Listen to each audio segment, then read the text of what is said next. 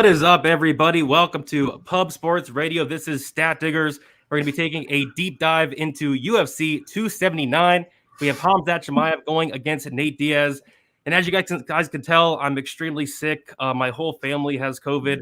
I started feeling sick last Saturday, and just each day it started getting worse and worse and worse. And as you guys can tell, I am in the hospital live doing the podcast here, so it should be a fun one. Definitely looking forward to it. No, I'm just kidding. I'm not really in the hospital, but I am very, very sick. But yeah, wanted to do this show anyway, but not miss it for the world, especially a card like this. I am actually in the strip club getting ready to throw some money, celebrate, because we have a great card. Nate Diaz, Khamzat Chimaev. I'm here with Weezy. Weezy, what is up? Are you looking forward to this card as much as I am? Not nearly as much as you, dude. I'm not the one who overpowered nurses in the hospital and stole somebody's web camera to be able to, provide stat diggers for the Pub Sports Radio audience today. That is a truly heroic effort by my guy Brady to actually be here. I'm healthy. I got no excuse not to be here. I'm ready to go. But this is a weird card. It doesn't feel like a pay-per-view. Like the co-main event on the last card was better than this one. Some really strange fights. I mean, like the strangest one being the main event. Why is Nate Diaz donating his body to Khamzat Chimaev here in this main event? But, we're going to break down all 13 of these fights. It's going to be a wild card, and we got to find some angles, find some ways to make some money on this one so we can get you out of the hospital and back to health here. I have some medical bills to pay. That is for sure, Weezy. But yeah, I mean, the card, I like the card. We have Chimaev. I mean, there's a lot of name value. These fights don't make sense at all. Like Chimaev Diaz, last time I looked, Chimaev was like minus 1,800, something crazy like that. Tony Ferguson, obviously a big name, but the guy's on a 4-fight skid. He's now 38. He's not looking great. You have Aldana, Chiasson on the main card. You have Walker Cuțelaba, which is going to be fun. Holland Rodriguez, which is going to be fun. I think the card's good. It's just, it's probably one of the, lesser pay-per-views of the year, I'd say, but I'm still looking forward to it. As always, I do want to shout out the chat before we get started. Do appreciate you guys hanging out with us. I know there's a lot going on. You have college football, I believe. You have the fantasy drafts and NFL starting up. So do appreciate the diehards hanging in here every week, no matter what's going on. We do appreciate you guys a ton. We got Propaholic, who's always in here. Real Deal Prime. We got Bob. We got Victor. We got Rob in the chat. Kung Dao Chicky. We got Sean. I am the one, the only one. We got Roy in the chat as well. We have Jason. We have Mushroom in the chat. What is up? We got Jeff DXJC. We have Andy. We have Justin. We have the GOAT. We have Danny. Andy Mush. Appreciate you all hanging out with us. Leave a like on the video. Subscribe here to Pub Sports Radio. I don't know what we're at right now, but really getting close to 20,000 subs. So it'd be really cool to hit that in the very near future. So yeah, I say we jump right into it, Weezy. I was able to look into the majority of these fights, but obviously I'm not feeling well. I was not able to get to everything, but I was able to look into these first couple here. So we have Darian Weeks going against Johan Lioness. We have Darian Weeks, who is 28 years old, 5'11" with a 72-inch reach, going against Lioness, 30 years old, 6'1" with a 76-inch reach. Darian Weeks is 28 years old. He's 2 years younger. He's going to be at a 2-inch height disadvantage and a 4-inch reach disadvantage as well. Darian Weeks is 3-2 in his last 5 fights. He made his debut on short notice against Brian Barberena, lost that by decision, lost the decision against Ian Gary as well as last time out. Johan Lioness, he is 4-1 in his last 5 fights. He had a knockout win on the Contender Series in the first round.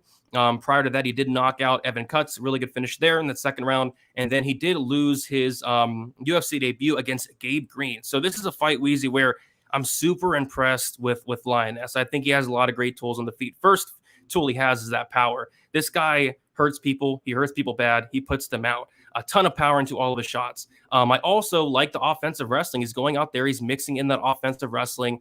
He did a little bit against Gabe Green, and then also outside the UFC, solid wrestling, slick grappling as well. The problem with Johan Lioness and why I'm worried about picking him in this fight is going to be the conditioning.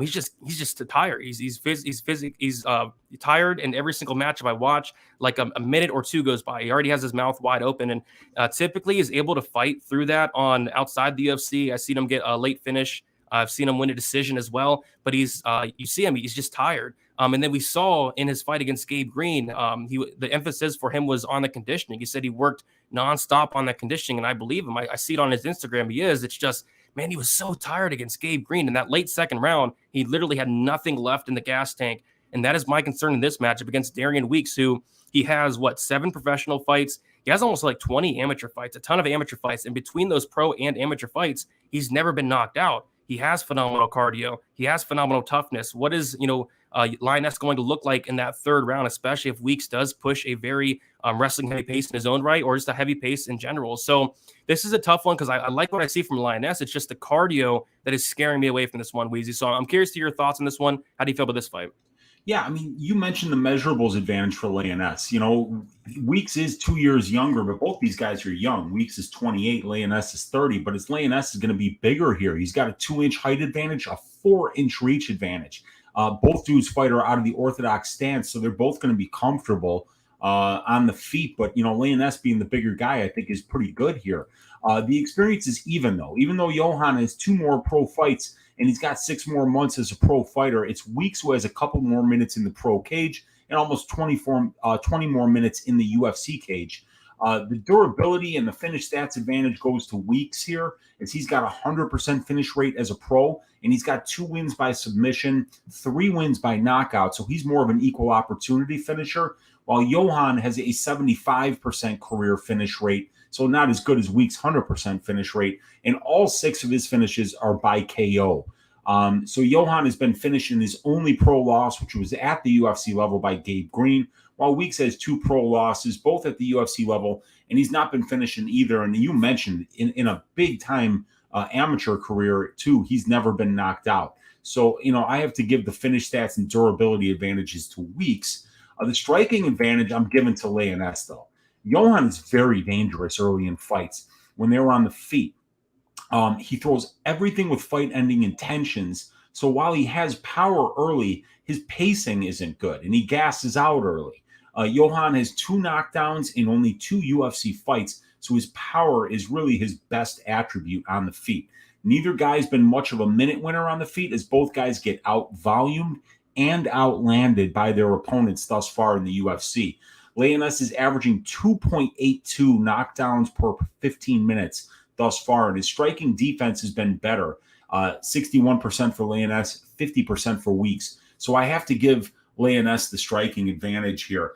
And like you mentioned, I mean, even if you have great conditioning, it doesn't matter if you don't know how to pace yourself. It doesn't matter if you don't know how to mix up the power on your strikes. I mean, we saw a great example last night when Tuivasa made that mistake late in the third round and overextended on that punch. You saw Gane throw with full power, and when he threw like that half, like little shovel uppercut that wound up putting Tuivasa on skates.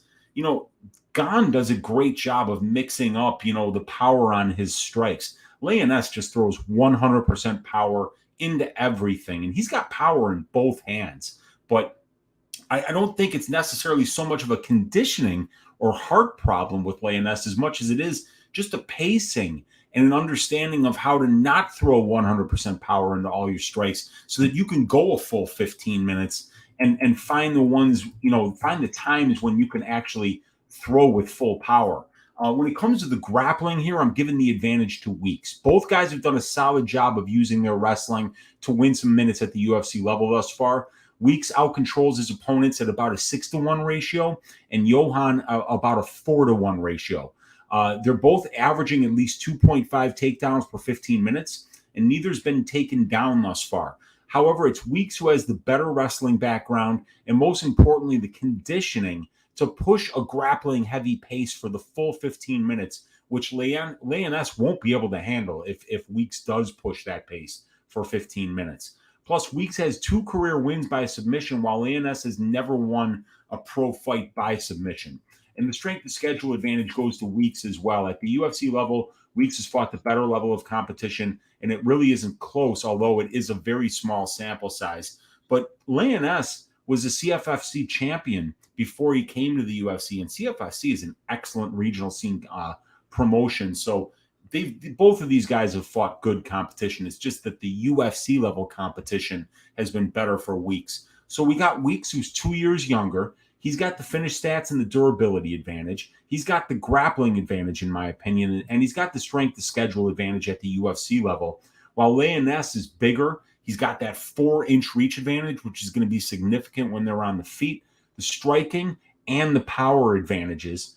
This should be Leoness early or Weeks late. I think I'll go with the weak side here to weather the early storm, push that grappling heavy pace from the start that Leoness probably won't be able to keep up with.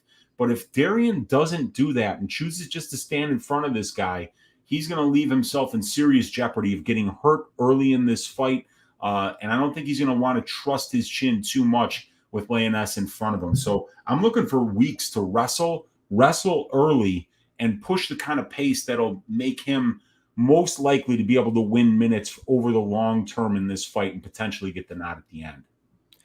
Yep, I'm right there with you. I'm just going to rely on that toughness of Weeks. You've never been knocked out, pro and amateur. Rely on that cardio. I think that's huge as well. And I know that Lioness is working on that cardio. I can see it on his Instagram. He's doing a lot of, strength and conditioning. But, I need to kind of see it first. He said that last time. He said all he focused on was cardio, and the guy completely just had nothing left in that second round. So, on top of that, there wasn't a ton of footage out there of people trying to take down Lioness, but I did see him get taken down pretty easy like a few fights ago, whereas Darian Weeks has phenomenal takedown defense. So I think it's going to be Weeks is the one that's going to be able to get this fight down to the mat here. So, I'm leaning Weeks as well, but Lioness, this guy hits like a truck. He's scary. If he wins it, he probably does knock out Weeks. The line looks like to be closing up a bit. Darian Weeks opened up as a dog, went all the way to -135. He is back to -117.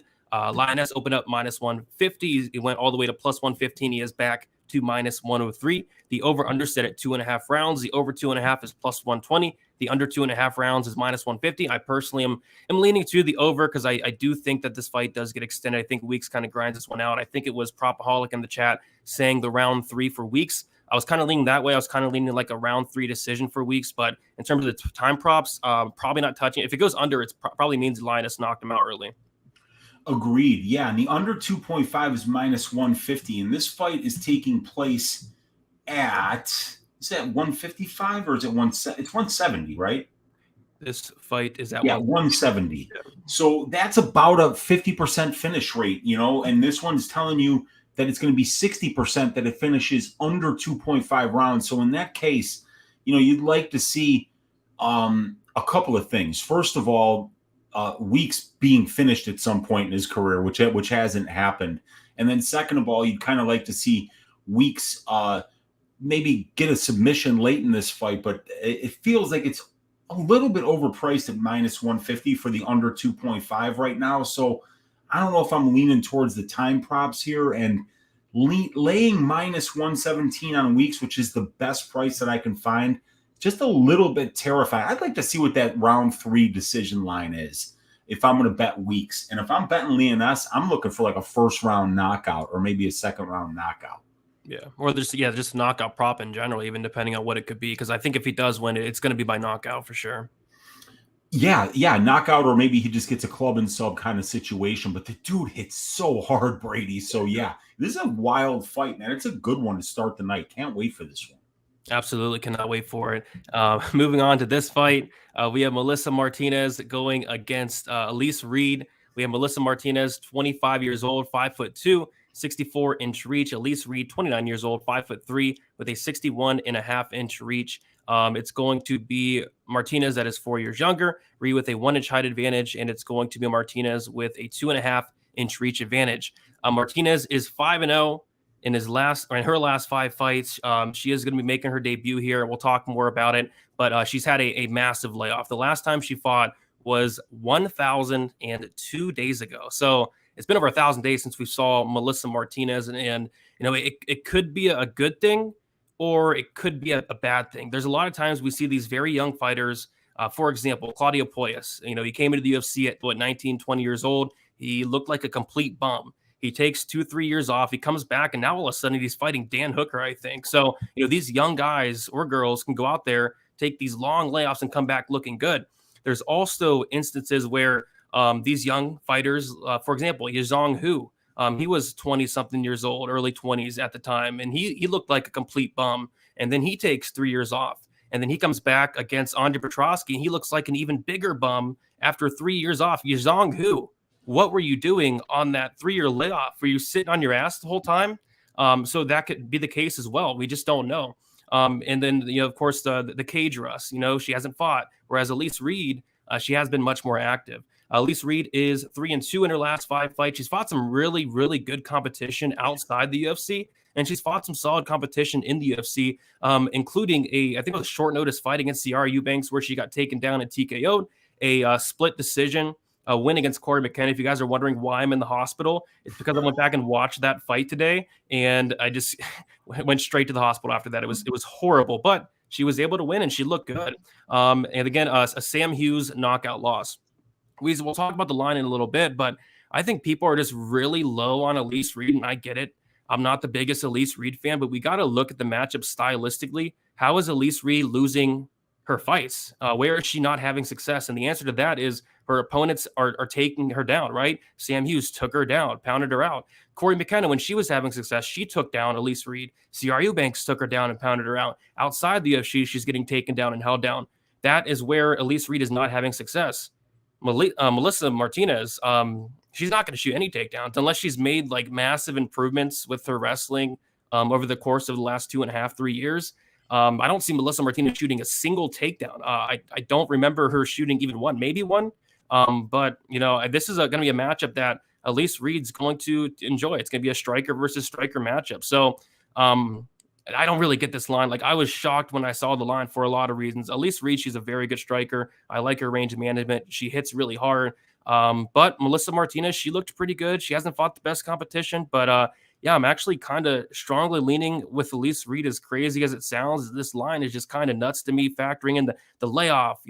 Elise Reed's been more active, and then in terms of the striking, I think it's pretty dang close. So definitely leaning with the dog here. Weezy, what are your thoughts on this one? Yeah, I mean, so Martinez got the measurables advantage. She's 4 years younger. She's got a 2.5-inch reach advantage, and she's a southpaw. Elise Reed is listed at 1 inch taller. But then from there, you've got to give Reed the experience advantage. Even though Martinez has been a pro fighter for almost 3.5 more years, it's Reed who has over 35 more minutes in the pro cage, over 30 minutes in the UFC cage, while Martinez is making her UFC debut, and she hasn't fought since December of 2019. This makes Reed the far busier fighter, as she's fought almost 2.5 times per year, while Martinez fights just a little more than once a year on the aggregate.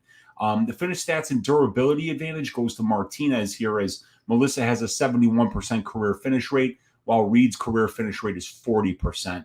And Reed has been finished in both of her losses, while Martinez is undefeated. So I have to give Martinez the advantage in both categories. But striking, I'm giving the advantage to Reed.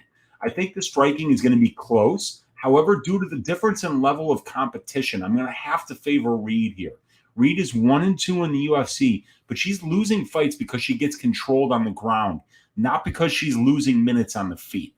At distance thus far in the UFC, I did these stats because I said to myself, man, Elise Reed's being controlled for almost 60% of the UFC cage time. So if I were to take out that time that she's spending in the clinch and on the ground and just take the distance striking numbers, Brady, I've got Elise landing 6.52 per minute and absorbing only 4.5. So that's a 2.02 significant strike differential. And she's showing 66.1% striking defense at range. And I think that also she's showing 66.1 striking defense, 48.8% striking accuracy. And she's throwing just as much volume as her opponent. So that's very important. She's landing more than 2 significant strikes per minute more than her opponent, despite the fact that she's throwing the same amount of volume as her opponents. So she's very difficult to hit on the feet. And both of these ladies have kind of like a traditional martial arts background where they're both karate type. Melissa Martinez more karate, Elise Reed more taekwondo. So they both got that traditional martial arts background. Martinez is also a good striker. She's a southpaw. She's got a nice straight left. She uses her kicks well to keep range. We'll see how much her striking has improved in the almost 3 years away from the cage. The grappling I have even because neither lady is likely to grapple here, but that strength of schedule is all Reed. I mean, she's fought and beaten a much better level of competition. You look at the last 5 names here, last 6, as a matter of fact. Jasmine Jasdavicius at 115. Jillian DeCourcy, who I believe is the UAE Warriors champion right now. Hillary Rose, who I believe is the CFFC champion right now. Sajara Eubanks up at 125. And Sajara is like a huge 125er. Then Corey McKenna, then Sam Hughes. So you look at the names on Melissa Martinez. Desiree Yanis is solid, but then Caroline Gallardo, Francis Hernandez, Ivani Martineggi, and Gloria Barrios. I mean, the level of competition is not even close here. But there's a big hanging Chad here, and that's that 2-year and 9-month layoff for Melissa Martinez. At the age of 25, she's making her return here. So she's just a baby. She could have absolutely improved. But what we know about Elise Reed is that she's a very good striker, that she's doing very well at the UFC level, winning minutes at range. So since we know that Reed has fought the better level of competition, that she's a striker first, that we haven't seen Melissa Martinez offensively grapple at all on tape, you got to believe that this is going to be a stand-up match. And having more information on how Reed performs at this level is just very important. So I've got to lean her here. And it feels like a little bit of value here, getting her at plus money, being the more experienced fighter, probably the better striker who's fought the far better level of competition and who is not making her debut at the UFC level here. This will be her 4th UFC level fight. Yep, and Martinez is a favorite. She opened up minus 252. She's currently minus 155. Reed opened up plus 212, currently plus 135. I mean, yeah, Martinez, she should make improvements. She should come back and look a lot better than she did when she was, like, say, 21, 22. But it's just we don't know. From what we see, I do think this is a super competitive fight on the feet. And like you said, Reed's fought the much better competition. She's been more active. So I just feel like the wrong fighter is favored here. And that's not saying Martinez can't come out here and win. It's just I don't know what she's going to look like after this layoff. So kind of a weird one. Probably one that should be passed on. But the plus money, honestly, is pretty tempting on Elise Reed. It is for me, too, because if you're laying, like right now on FanDuel, Melissa Martinez is minus 178.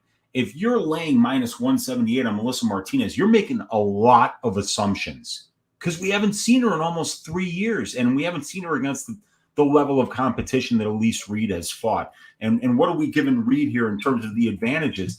I'm giving Reed the striking advantage. I'm giving her the strength of schedule advantage and the experience advantage here, while Martinez is a little bit bigger, and she's got the finish stats and durability advantages, but over a different level of competition. So, yeah, I mean, those unknowns for Martinez make me a lot more comfortable in Reed here, and especially at plus 140, it feels like that's a pretty good spot to be in.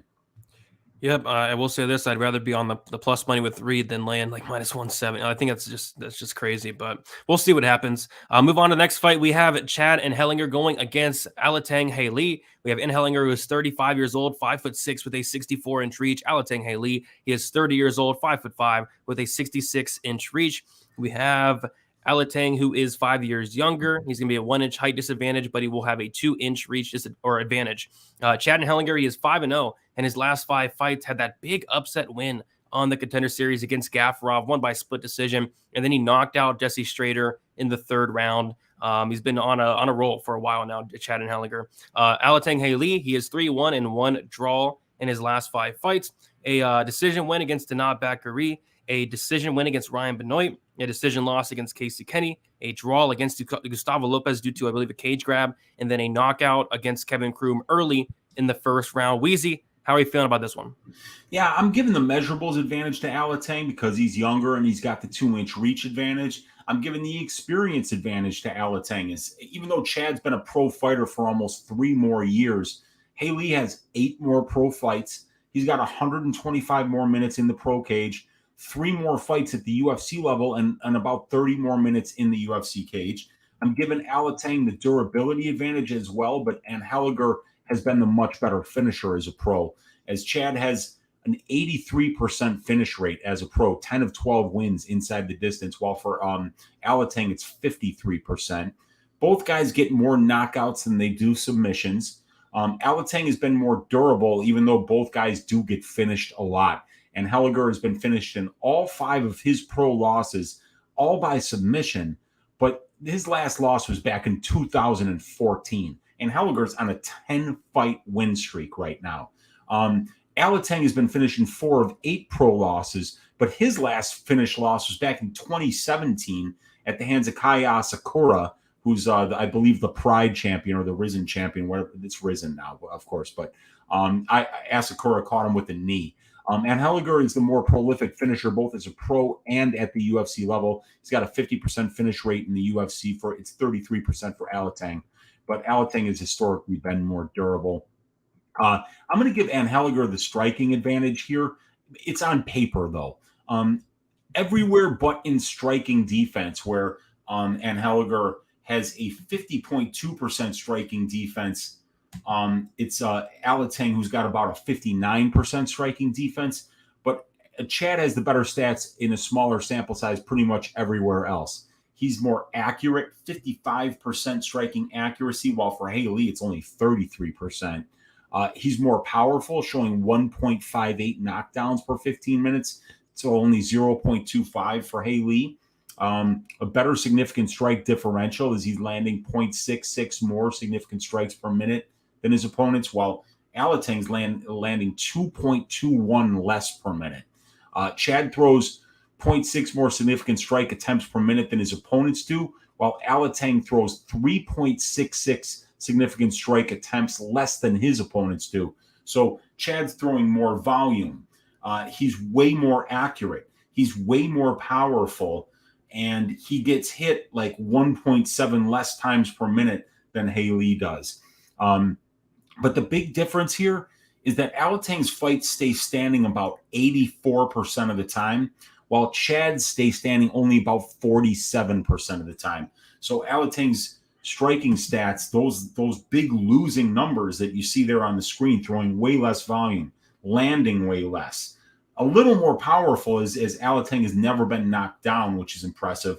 So Haley has been more defensively responsible than Chad has, but other than that, it's all Chad on paper. In the grappling, it's hard to know who has the advantage. Alateng has done a better job on paper keeping fights standing, as he's defending takedowns at a 73% rate, while Chad only defends them at a 53% rate. And Chad has been controlled almost 39% of his UFC cage time, while for Alateng, it's less than 4%. But Chad's faced 19 takedown attempts in only 28 and a half minutes, while Haley has only faced 11 takedown attempts in 60 minutes. So Chad has had much more grapple-heavy opponents thus far. Both guys have 3 career wins by submission.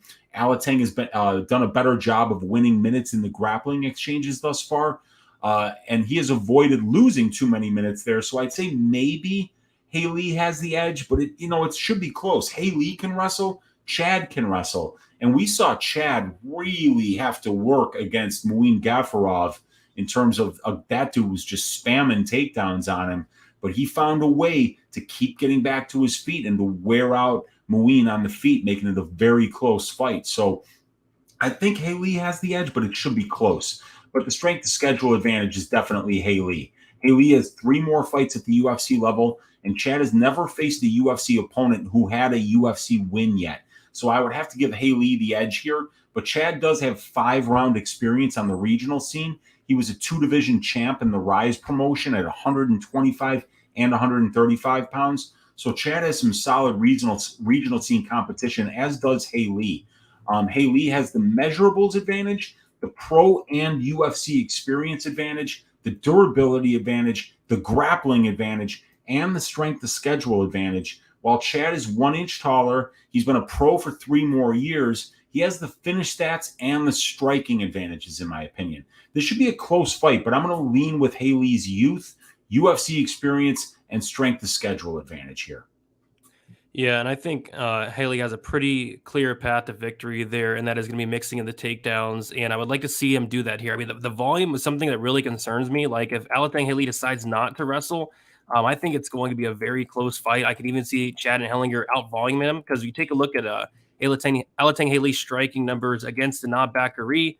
36 strikes to Danaa's 85 against Ryan Benoit, 47 strikes to Benoit's 68 against Casey Kenny, only 46 to Casey Kenny's 109. Got outstruck by Gustavo Lopez as well, and of course knocked out Kevin Kroom in 47 seconds. But the path of victory is there for Alateng Haley. It's going to be getting the fight down to the mat. He's a very, very good wrestler.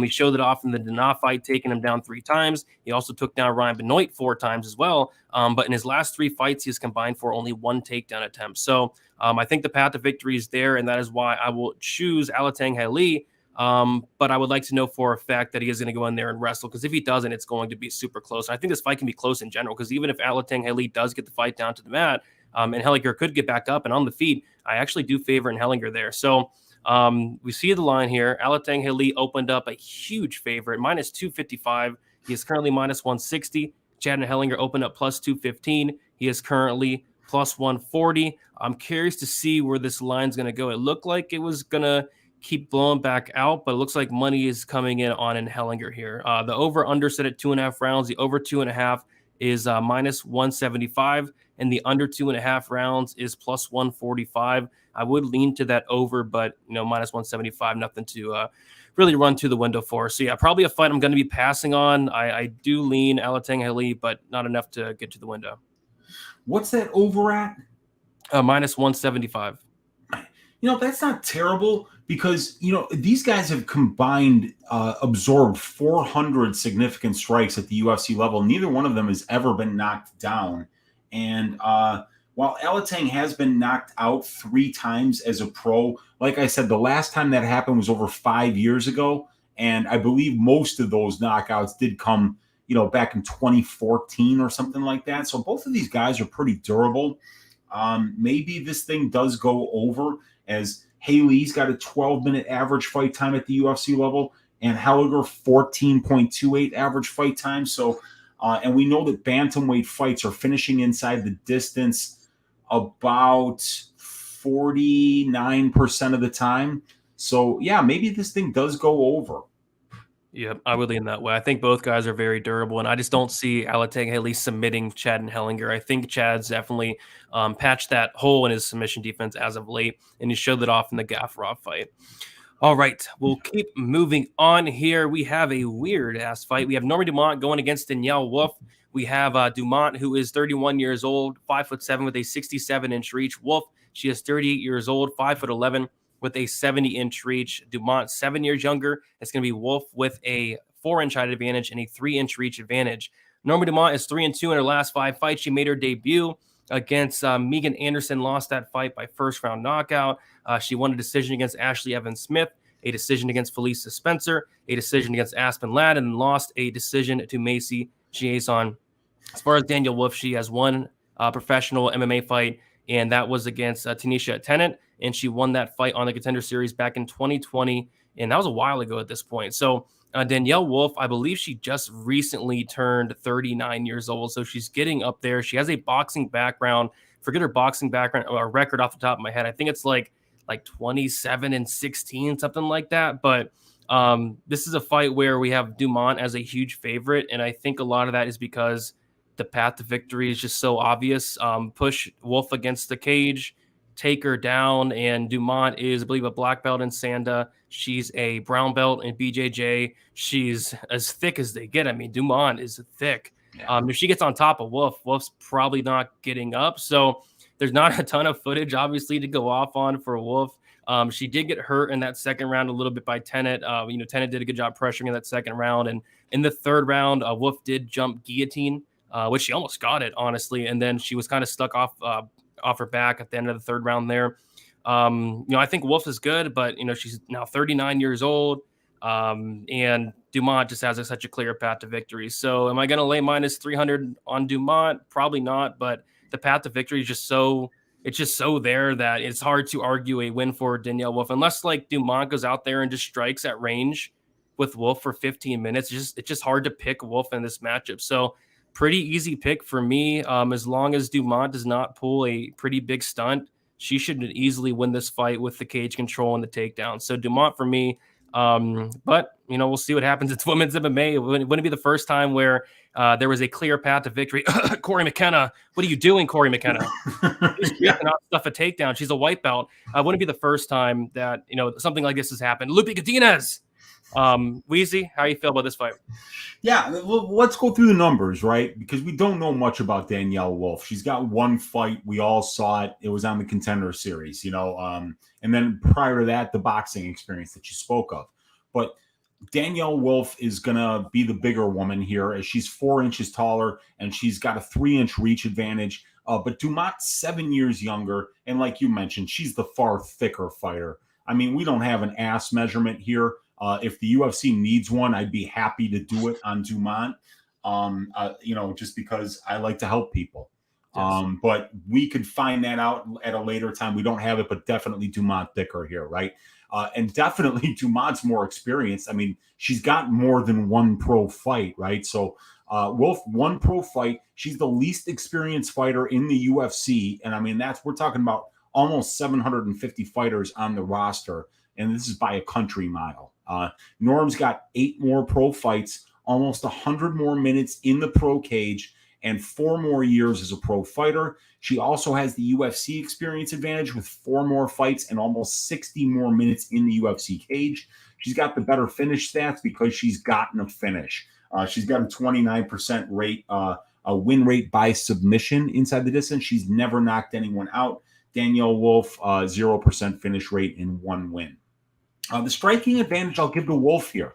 There aren't UFC numbers that support this hypothesis. However, Wolf is an Olympic-level boxer, so her stand-up is much cleaner and more technical than Dumont's. Dumont may have the better MMA striking skills, though, and her numbers at the UFC level indicate that she's winning minutes on the feet against UFC-level competition. Norma has a 1.48 positive significant strike differential, while Wolf's is negative 2.27. And Wolf couldn't hit water if she fell out of a boat in her DWCS fight. 28% striking accuracy, while Norm's landing at about a 50% striking accuracy. And she has a 67% striking defense in 5 UFC fights and almost 75 minutes in the cage. So her ability to be able to win minutes might be more UFC ready, but those performances were against pretty bad strikers. Other than the Megan Anderson fight, you're talking about Ashley Evans-Smith, Felicia Spencer, Aspen Ladd, and Macy Chiasson. None of those ladies are known for their striking. Macy's good in the clinch. Ashley Evans-Smith is good when she gets on top with her wrestling, but none of those ladies are winning minutes at distance in the UFC. So Norma would be smart to grapple here, and she's got that grappling advantage. She's gotten out-controlled at almost a 2-to-1 ratio thus far in the UFC, but her opponents have attempted twice as many takedowns. Norma has gotten a takedown in every UFC fight but one, and she's won fights where she's been out-controlled, so she doesn't allow her opponents to bully her. She'll probably try to be the bully here to make Danielle fight this fight where she'll be the least comfortable, and that'll be in the clinch and on the mat. And Dumont's got the strength of schedule advantage, obviously. So Norma's got the thickness here. She's got the youth. She's got the experience as a pro and in the UFC, the finish stats, the grappling, and the strength schedule advantages here, while Danielle is taller and longer, and she's got the cleaner, more technical boxing. But Norma's got more ways to win this fight, and she will probably be better in the clinch and on the mat due to the fact that she's already shown the ability to win minutes on the feet at the UFC level. I think she has to get the nod here, Brady. But Danielle, when Tanisha Tennant was trying to take her down, was trying to clinch up with her, Danielle was doing the right things. She was framing off. She was getting Tanisha's head away from her so that she could circle off the cage, and she was getting underhooks. She was doing all the things that you were supposed to do in order to get off that cage and keep the fight in the center. And she's going to have the reach advantage here. She's going to be taller. She's going to have the crisper boxing. It's just that, like you said, dude, Norma's got way more ways to win this fight, and we know a lot more about Norma than we do about Danielle. Danielle will be 39 on fight day, but she's 38 now. So, yeah, she's getting old. It's only her second professional fight. But one weird thing I heard about Wolf was she picked up boxing gloves 1 year before she made the U.S. Olympic team. You know, so she's clearly either got some athletic ability, or maybe there's only 5 female boxers in this country at her weight class, and she was just more athletic than them. But either way, you know, it is what it is. You got to lean Norma Dumont here and just pray that she doesn't pull a stunt and decide to box in the center of the cage. And just so you know, only 11 takedown attempts in 5 fights for Norma. So it's not like she's mixing in the wrestling a ton. Yeah, I mean, this is terrible. I mean, Dumont opened up minus 350.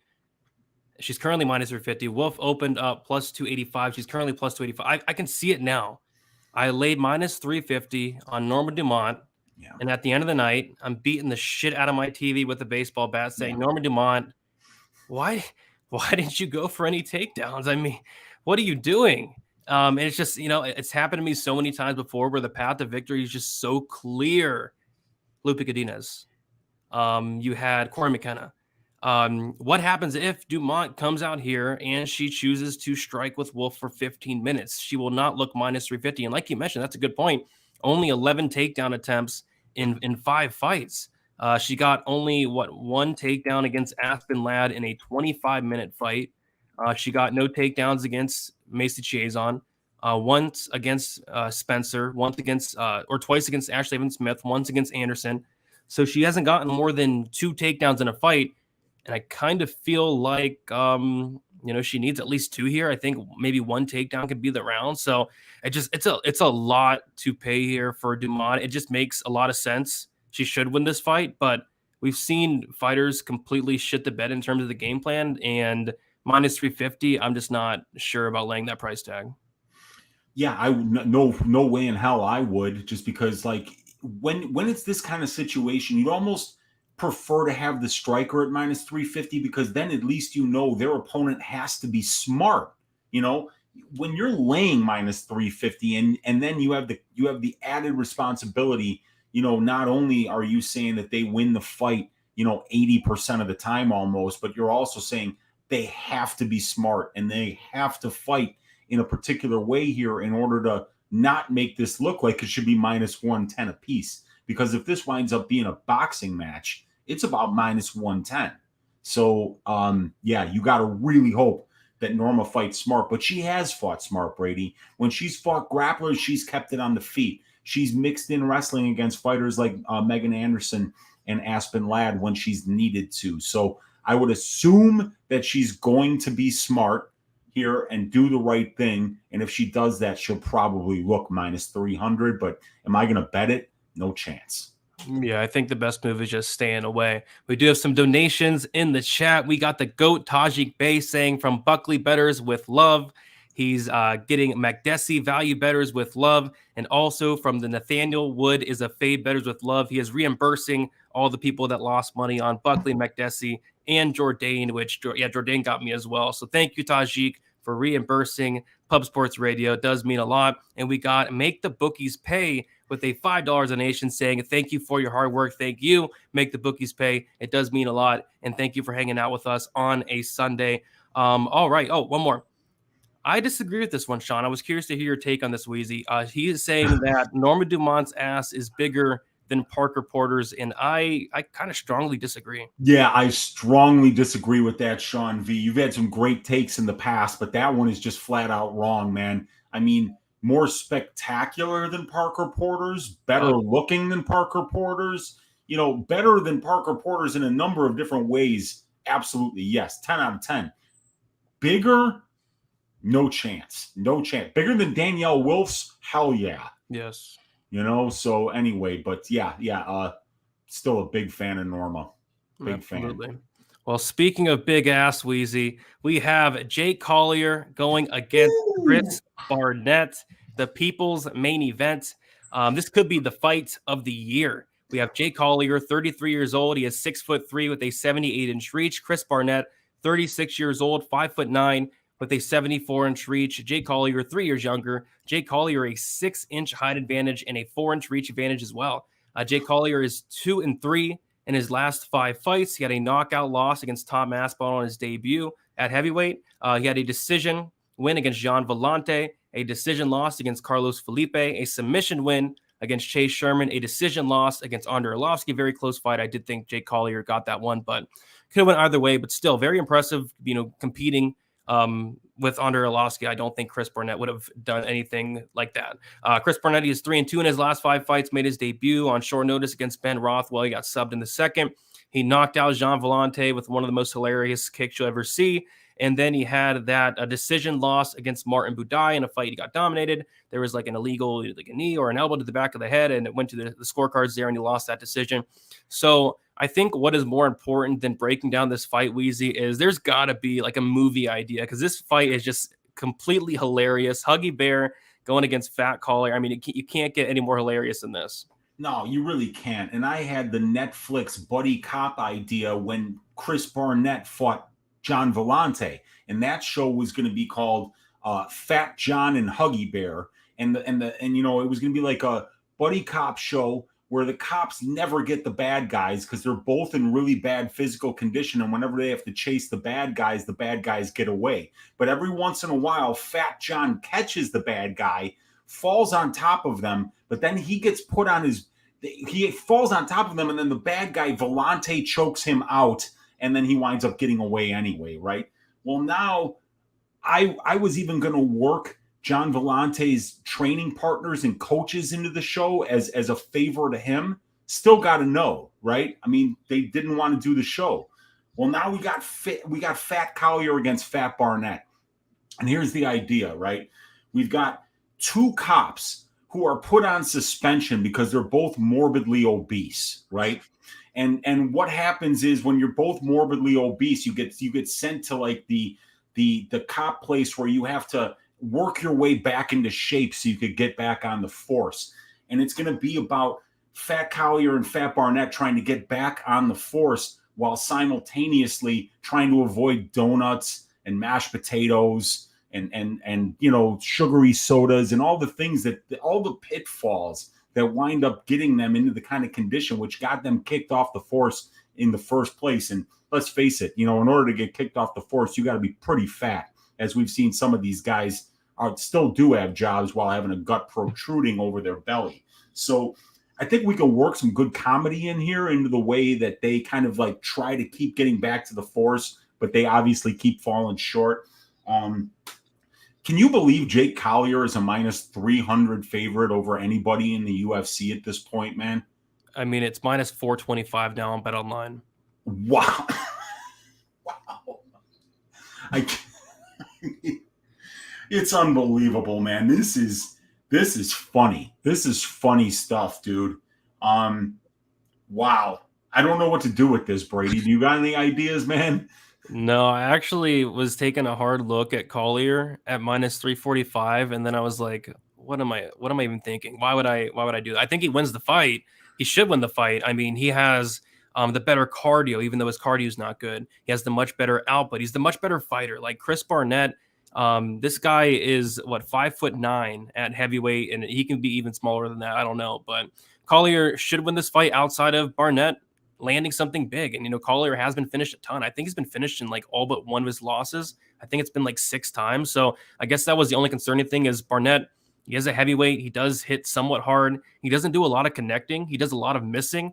Maybe he does land and knock out Jake Collier. But as this fight goes on, Barnett's cardio is horrible. His takedown defense is horrible. His ground game is horrible. I think Jake Collier has a very good chance to finish Barnett and get another finish win here. I know he took down Chase Sherman and submitted him. I think if he takes down Barnett, like Jake Collier is pretty good on the mat. I think he can submit Barnett or get him out of there with the TKO. So if anything, I think a sneaky look in this fight, because everybody's expecting this fight to go the distance, and it could.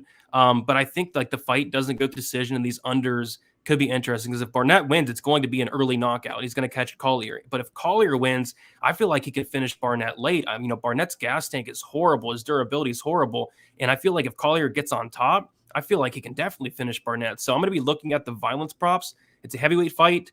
I think there are going to be good prices on it. And I think both guys are very live to finish, especially if Collier does go that takedown route. So give me some violence here. What a sloppy fight this is, though. Dude, I mean, like, I think that both of these guys actually sweat butter. So if like this fight goes like a full 15 minutes, like there might be like an hour delay while like they get squeegees out there to get all the grease and butter off the canvas so that the rest of the people can fight. This is a disaster, man. But like you said, I mean, like even you look at the strength of schedule stats here, both of these guys are fighting guys that have an aggregate losing record. They're both basically fighting guys that have less than a 0.7 to 1 win to loss ratio. They're not beating winning fighters. They're both losing the average competition. I mean, it's a very low level fight here, but Jake's got more ways to win this. You know, we know that Jake's been in the UFC for 11 fights, 110 minutes, you know, so he's been around while Barnett's really been fighting bums on the regional scene all over the globe. And, you know, kind of got lucky against Fat Vellante, but Vellante had 3 feet out the door already. So, yeah, I think Jake probably wins this. And if he gets a takedown like he did in the Sherman fight, and that really wasn't even a takedown. I think he just kind of caught a kick and walked forward, and Sherman went down, and then he, you know, he looked good on top. He showed some potential there. So yeah, Collier should win this fight. But guys, please don't lay minus 450 on Jake Collier. You're gonna blow your head off if he blows this. If Barnett lands a spinning fat kick and Collier goes down and you laid minus 450 on this dude, you might be on suicide watch. Let's just laugh at this fight, enjoy it, preferably have absolutely no money on it, and just make some jokes, have a good time, drink a beer. And that exact thing is why I ended up passing, because I just thought to myself, what if Barnett knocks out Collier? Like, you can't recover from that one, especially like laying minus 400 on Jake Collier and him losing. You know how bad that would be. So, I mean, yeah, best move probably just stay away. But I do think the fight as it goes is going to be pretty sneaky here. And by the way, we were talking about the other day, what was up with Jean Vellante against Chris Barnett at those weigh-ins? He showed up to the weigh-ins drunk. Remember that? He was drunk. I never seen him before. He looked like his room was like next door to the scale, and they like, hey, Fat John, you know, weigh-ins are over in like 3 minutes. Can you get your fat ass on the scale? I mean, even you couldn't have drank enough beers to be 266 at this point. So just weigh in for us. Like, he looked like he had just rolled out of bed and had gotten wasted the night before. So yeah, I mean, this is funny stuff, dude. But like I say, dude, if you're betting on Collier, you're going to wake up in the middle of the night drenched in a cold sweat for like 3 straight weeks straight if this goes tits up. And I promise you, it's a possibility that Barnett lands a spinning fat kick here and winds up knocking out Collier. So I'm staying away, not touching with this one with a 10-foot pole. Just going to sit back and laugh and enjoy. Yeah, for sure. Should be some comedy for sure. Move on to the next fight. We have Denis Tulinian going against Jamie Pickett. We have Denis. He's 34 years old, 6'1" with a 77-inch reach. Pickett is 34 years old, 6'2" with an 80-inch reach. Denis, he's 3-2 in his last 5 fights. He made his debut on somewhat short notice against Kizrev. Lost that fight by second round submission. As far as Pickett, he has 2-3 in his last 5 fights. A decision loss to Tafon Nchukwu, a knockout loss to the Beverly Hills Ninja Jordan Wright, a decision win against Loriana Staropoli, a decision win against Joseph Holmes, and a submission loss to Kyle Dawkins. This was a fight that we actually broke down a couple months ago, and I was siding with the dog here in Denis Tulinian, and the reason being is because Jamie Pickett just doesn't do anything at all. At range, he just stands there. He doesn't do anything. He's only landing 2.89 significant strikes per minute. He does do a good job using his size. He does go for some takedowns here or there. His wrestling's okay. His grappling's okay. But on the feet, I do like Denis here. You know, Denis' striking's pretty solid. I know he trains with Sean Strickland a lot. He has a ton of power as well in Denis. He has finished, I think, all but one of his wins inside the distance. On the feet, he's going to come forward. He's going to brawl. He's going to get into a war, and he's going to do things, whereas Pickett just doesn't do anything on the feet. And I was kind of thinking maybe Jamie Pickett does have a path to victory in taking down Denis. You see Denis taken down, obviously, in his debut against Kizrev. Outside the UFC, it is something he struggled with in the past. But I thought, Denis' takedown defense looked a lot better against Kizrev. I thought his get-up game looked a lot bigger. And we saw when he was on the feet against Kizrev, he did have some success. So yeah, I mean, this is a mess of a fight. I can't believe it's on UFC 279, but it is, and I would be leading with the dog here, if anything, just due to the fact that Jamie Pickett doesn't do anything. So give me a Denis Tulinian. I don't know if I want to bet this fight, but if I was, it would 100% be on the dog. I think he's going to go out there and land big shots, potentially be the second person to knock out Jamie Pickett. If the Beverly Hills Ninja can do it, Denis hits like a truck. So I don't hate some Denis here, but just another mess of a fight. Yeah, I mean, if we go through the numbers here, we'll see that Pickett's bigger. He's got 1 inch of height, 3 inches of reach. He's got 4 more pro fights, about 70 more minutes in the pro cage, 7 more UFC fights, and about 70 more minutes in the UFC cage. So he's bigger. He's more experienced. Both of these guys primarily knockout artists, right? Both of these guys get finished a lot. Tia Lulin finished in 4 of 6 losses. Pickett finished in 4 of 7 losses. And neither one of these guys lands more significant strikes than they absorb at the UFC level. Pickett's landed a knockdown at least, but he's been knocked down twice. Pickett's got 8 takedowns, but he's got less than 10% control time for. So the fact that he gets 1.57 takedowns per 15 minutes and attempts just under 2 submissions per 15 minutes doesn't seem to mean shit because he's not really doing anything with it. He's never submitted anybody. And, in that 76 minutes in the cage, what that control time number is telling us is that on those 17 takedown attempts and 8 takedowns, he's winning less than 7 minutes on the ground. So, over a 70-minute sample size, 76. So, if you think that Pickett's going to go out there and grapple this dude, well, he's attempting 2 takedowns per fight and getting about 1 takedown per fight. So if that's how you think he's going to win minutes here, we haven't seen enough of it. But we have seen Tia Lulin taken down twice in 7 minutes and controlled for about 40%. But that's by Ali Kizraev. It's a completely different level of wrestler and grappler than what we have here in Jamie Pickett. Strength of schedule obviously leans Pickett, but you look at the last 2 names Tia Lulin fought before the UFC, and a loss to Ali Skarov, who's a very good fighter who will be in the UFC soon. A win over Juscelino Ferreira, who's been fighting in UAE Warriors and is getting some wins, and I think he's going to be fighting for a title there soon.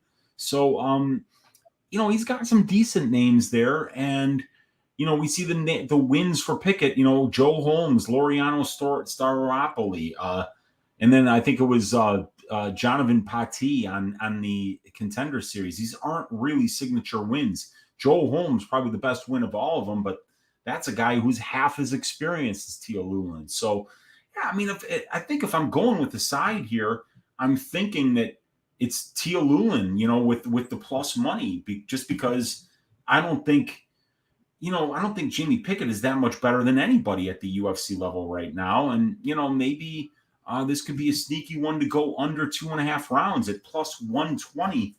These guys are middleweights. These things go under plus 120. They finish inside the distance 58% of the time. This one's telling you it's going to go under 2.5 about 46% of the time. So that's not bad. There's a little bit of an advantage there.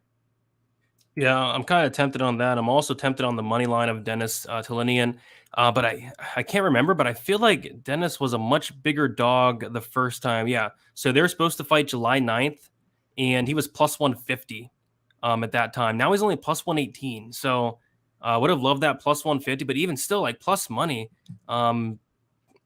What's Jamie Pickett's path to victory probably is taking him down and holding him down, but even Kizraev had some trouble holding down Tulinian. And I have some breaking news, Weezy. Breaking just happened.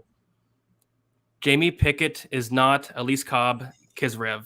Yeah, not even close. News. Not even close. So, I feel like if this does play out on the feed, it's going to be Denis just doing more and landing much, much harder as well. I'm very tempted on that plus money, even though this is such a freaking low level fight. Yeah, and I mean, you consider the fact that Kizraev was like minus 1,000 against Tia Lulin. Tia Lulin still had his moments. He looked a lot better than what the line said he was going to look like in that fight. And he took it on short notice. And the only reason that this dude Tia Lulin has a contract in the first place is because literally nobody was raising their hand to fight the Black Wolf and Kizraev. I mean, that guy, I mean, I don't even know if he has a fight yet, just simply because this guy, nobody wants to fight him. And now he's moving down to 170. So I think a lot of people at 170 are losing their phones when they know the Black Wolf's looking for a fight. But that wasn't Tia Lulin. Tia Lulin was the only one to stand up and take that fight. So, yeah, big step down in competition for Tia Lulin here. And he's fought decent guys, Juscelino Ferreira and Ikram Aliskerov on the regional scene is real competition. So he's been in there with good guys. He's been in there with guys that are Pickett's level on the regional scene. Yeah, exactly. Good point. So we'll see what happens there.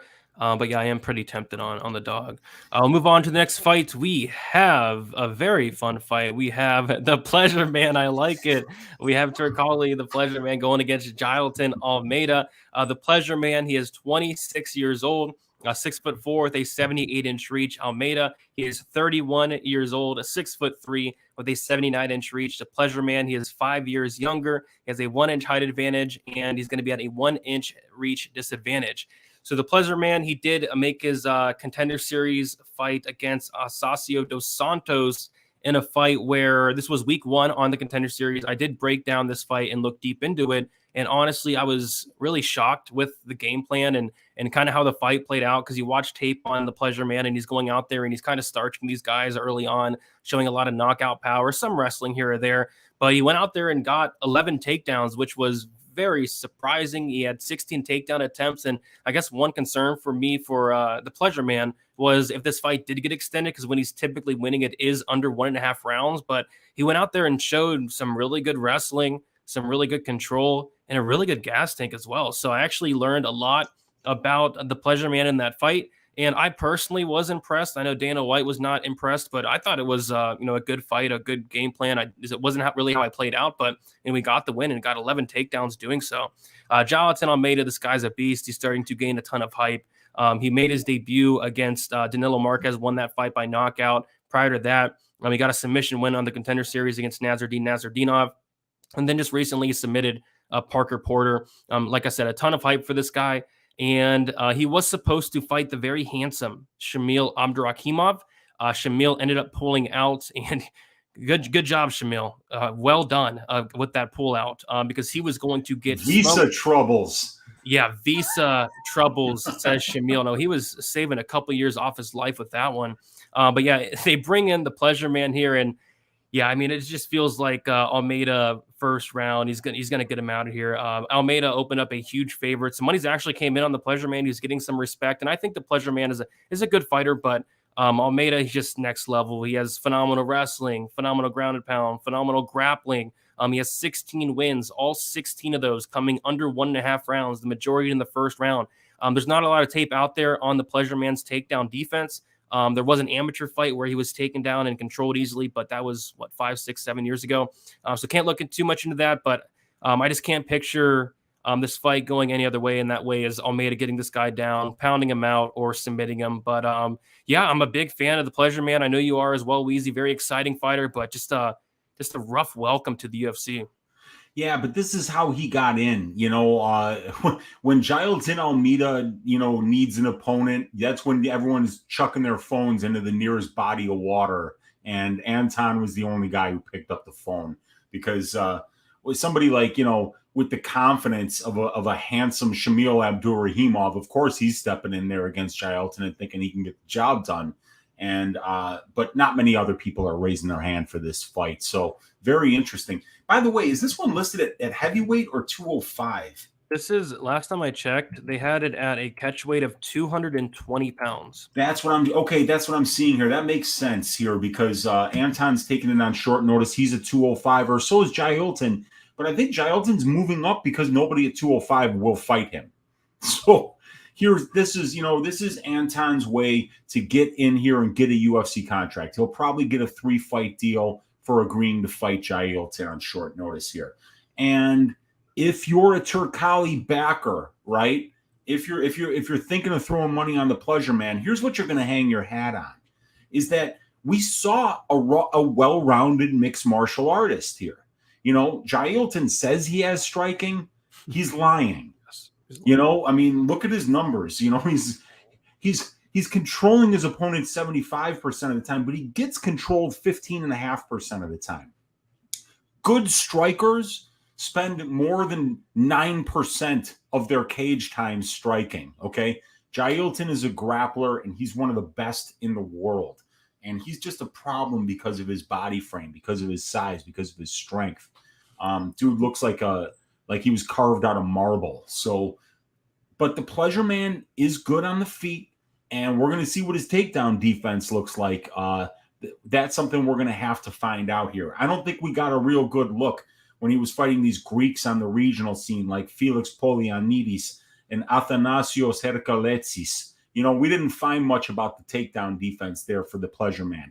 And in the Konstantin Soldatov fight, you know, he spent a lot more time walking out of the cage than he did in it, you know, because that fight took about 8 seconds. So we're going to find out a lot about the Pleasure Man here. And I think it's a fun fight. And for those of you who haven't seen a Pleasure Man walkout yet, I hope it's something that they televise, because the guy's got some of the best walkouts I've ever seen. The one against Soldatov, he came out to Dolly Parton's 9-5, and it is must-watch MMA in my opinion. But of course, I'm leaning Jailton Almeida. I think this guy is, you know, potentially a future champion at only 31 years old with the grappling pressure that he brings. And, you know, you just got to believe that the Pleasure Man gets taken down here and controlled on the mat and eventually submitted. But we're going to find out a lot about the Pleasure Man here. And if he's as good as his confidence seems to think that he is, this could be very interesting. I'm not going to be putting Jailton Almeida in my parlays at -750. I can promise you that. Yeah, and I actually thought he was going to be a bigger favorite. When it first got announced, I was like, man, he's going to open up like -1600. And he did. He opened up -1500. Yeah. But there's been money pouring in on Turkalj. Turkalj is a good fighter. It's just Jailton Almeida. This guy has a ton of hype on him. He's very good. But yeah, there's money is coming in on Turkalj there.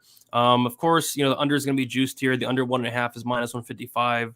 Over 1.5 +125. Over probably hits. Almeida hasn't finished a fight that's went over 1.5 rounds, but kind of disappointed in the -155 there. I could have had it at +100 earlier today, but I thought people might take a look at the over. People really like these over 1.5s lately, but you know, they're kind of all over it. -155 to the under, and I just want to pull up what the fight doesn't go to decision is. The fight doesn't go to decision on 5 dimes is a -425. So they're all over the violence here. Almeida should go out here and starch Turkalj in the first round.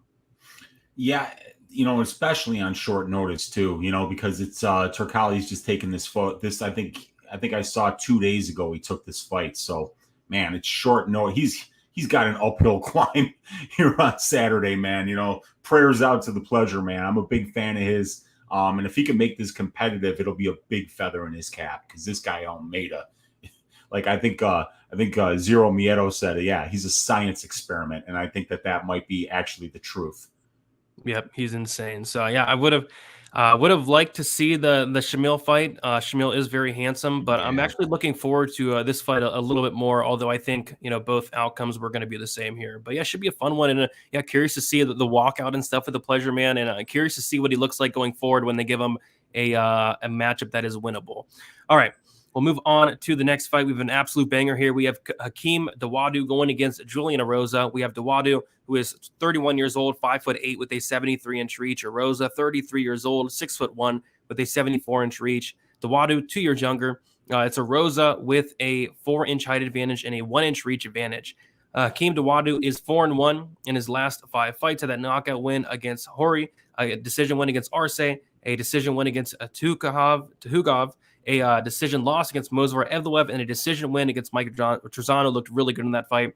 Julian Larosa, 4-1 in his last 5 fights. A submission win against Sean Woodson. Nice comeback win there. A knockout win against Nate Lambert in the first round. A knockout loss against Sungwoo Choi in the first round. A submission win against Charles Jourdain in the third round. And then a split decision win against Steven Peterson in an all-out war. One of my favorite fights of the year. So this is a fight where I think it is primarily going to play out on the feet. If somebody's going for takedowns here, it's going to be Julian Larosa. Dawodu has a very good takedown defense on paper. It does say 65%, but that's because Evlev took him down, I think, like 8 times, something crazy like that. I think this fight does primarily stay standing, and Julian Larosa is going to make this a very fun fight. It's going to make it a war. He is not afraid to eat one, to give one. So I'm expecting a very, very fun fight here, Weezy. I mean, yeah, it's a Julian Larosa fight. I can't wait for it. The guy just has absolutely grabbed my attention. I mean, I thought he was a bum back on the Ultimate Fighter, and then he won his first fight on the Ultimate Fighter, and I was like, man, maybe this guy's better than I thought. And then just nothing but exciting fight after exciting fight after exciting fight. Even if you're not betting on Julian Larosa, I think you need to be a fan of this guy. He always brings it. And Hakeem Dawoodu is a lot more of like a minute winning technical fighter here, as we see that he's only finished one of his 6 UFC wins, and he's landing 5.39 significant strikes a minute and only absorbing 2.72. He throws 4 more significant strike attempts per minute than his opponents do. 50% striking accuracy, almost 60% striking defense, but very little power. Only 1 knockdown in 8 UFC fights. While Erosa's got 2, Erosa's been knocked down 7 times, though, right? But Erosa just kind of pushes a pace. He's thrown 12.88 significant strike attempts per minute, and his opponents are throwing 12.54. I'm talking about Erosa right now. And even though Erosa absorbs more than he lands, it's not by much. He brings a different kind of pace, while Dawoodu's previous opponents, Trizano, not the Evloev fight, Tukagov and Julio Arce, those 3 guys are guys that will stand right in front of you and try to win minutes.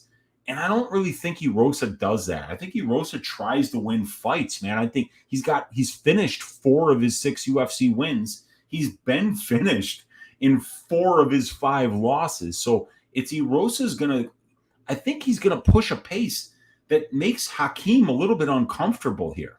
I think that's going to be the most interesting thing about this. And when we look at the wins, right, in the strength of schedule, Hakeem Dawoodu's beaten guys with a 1.42 ratio and 4.83 total fights.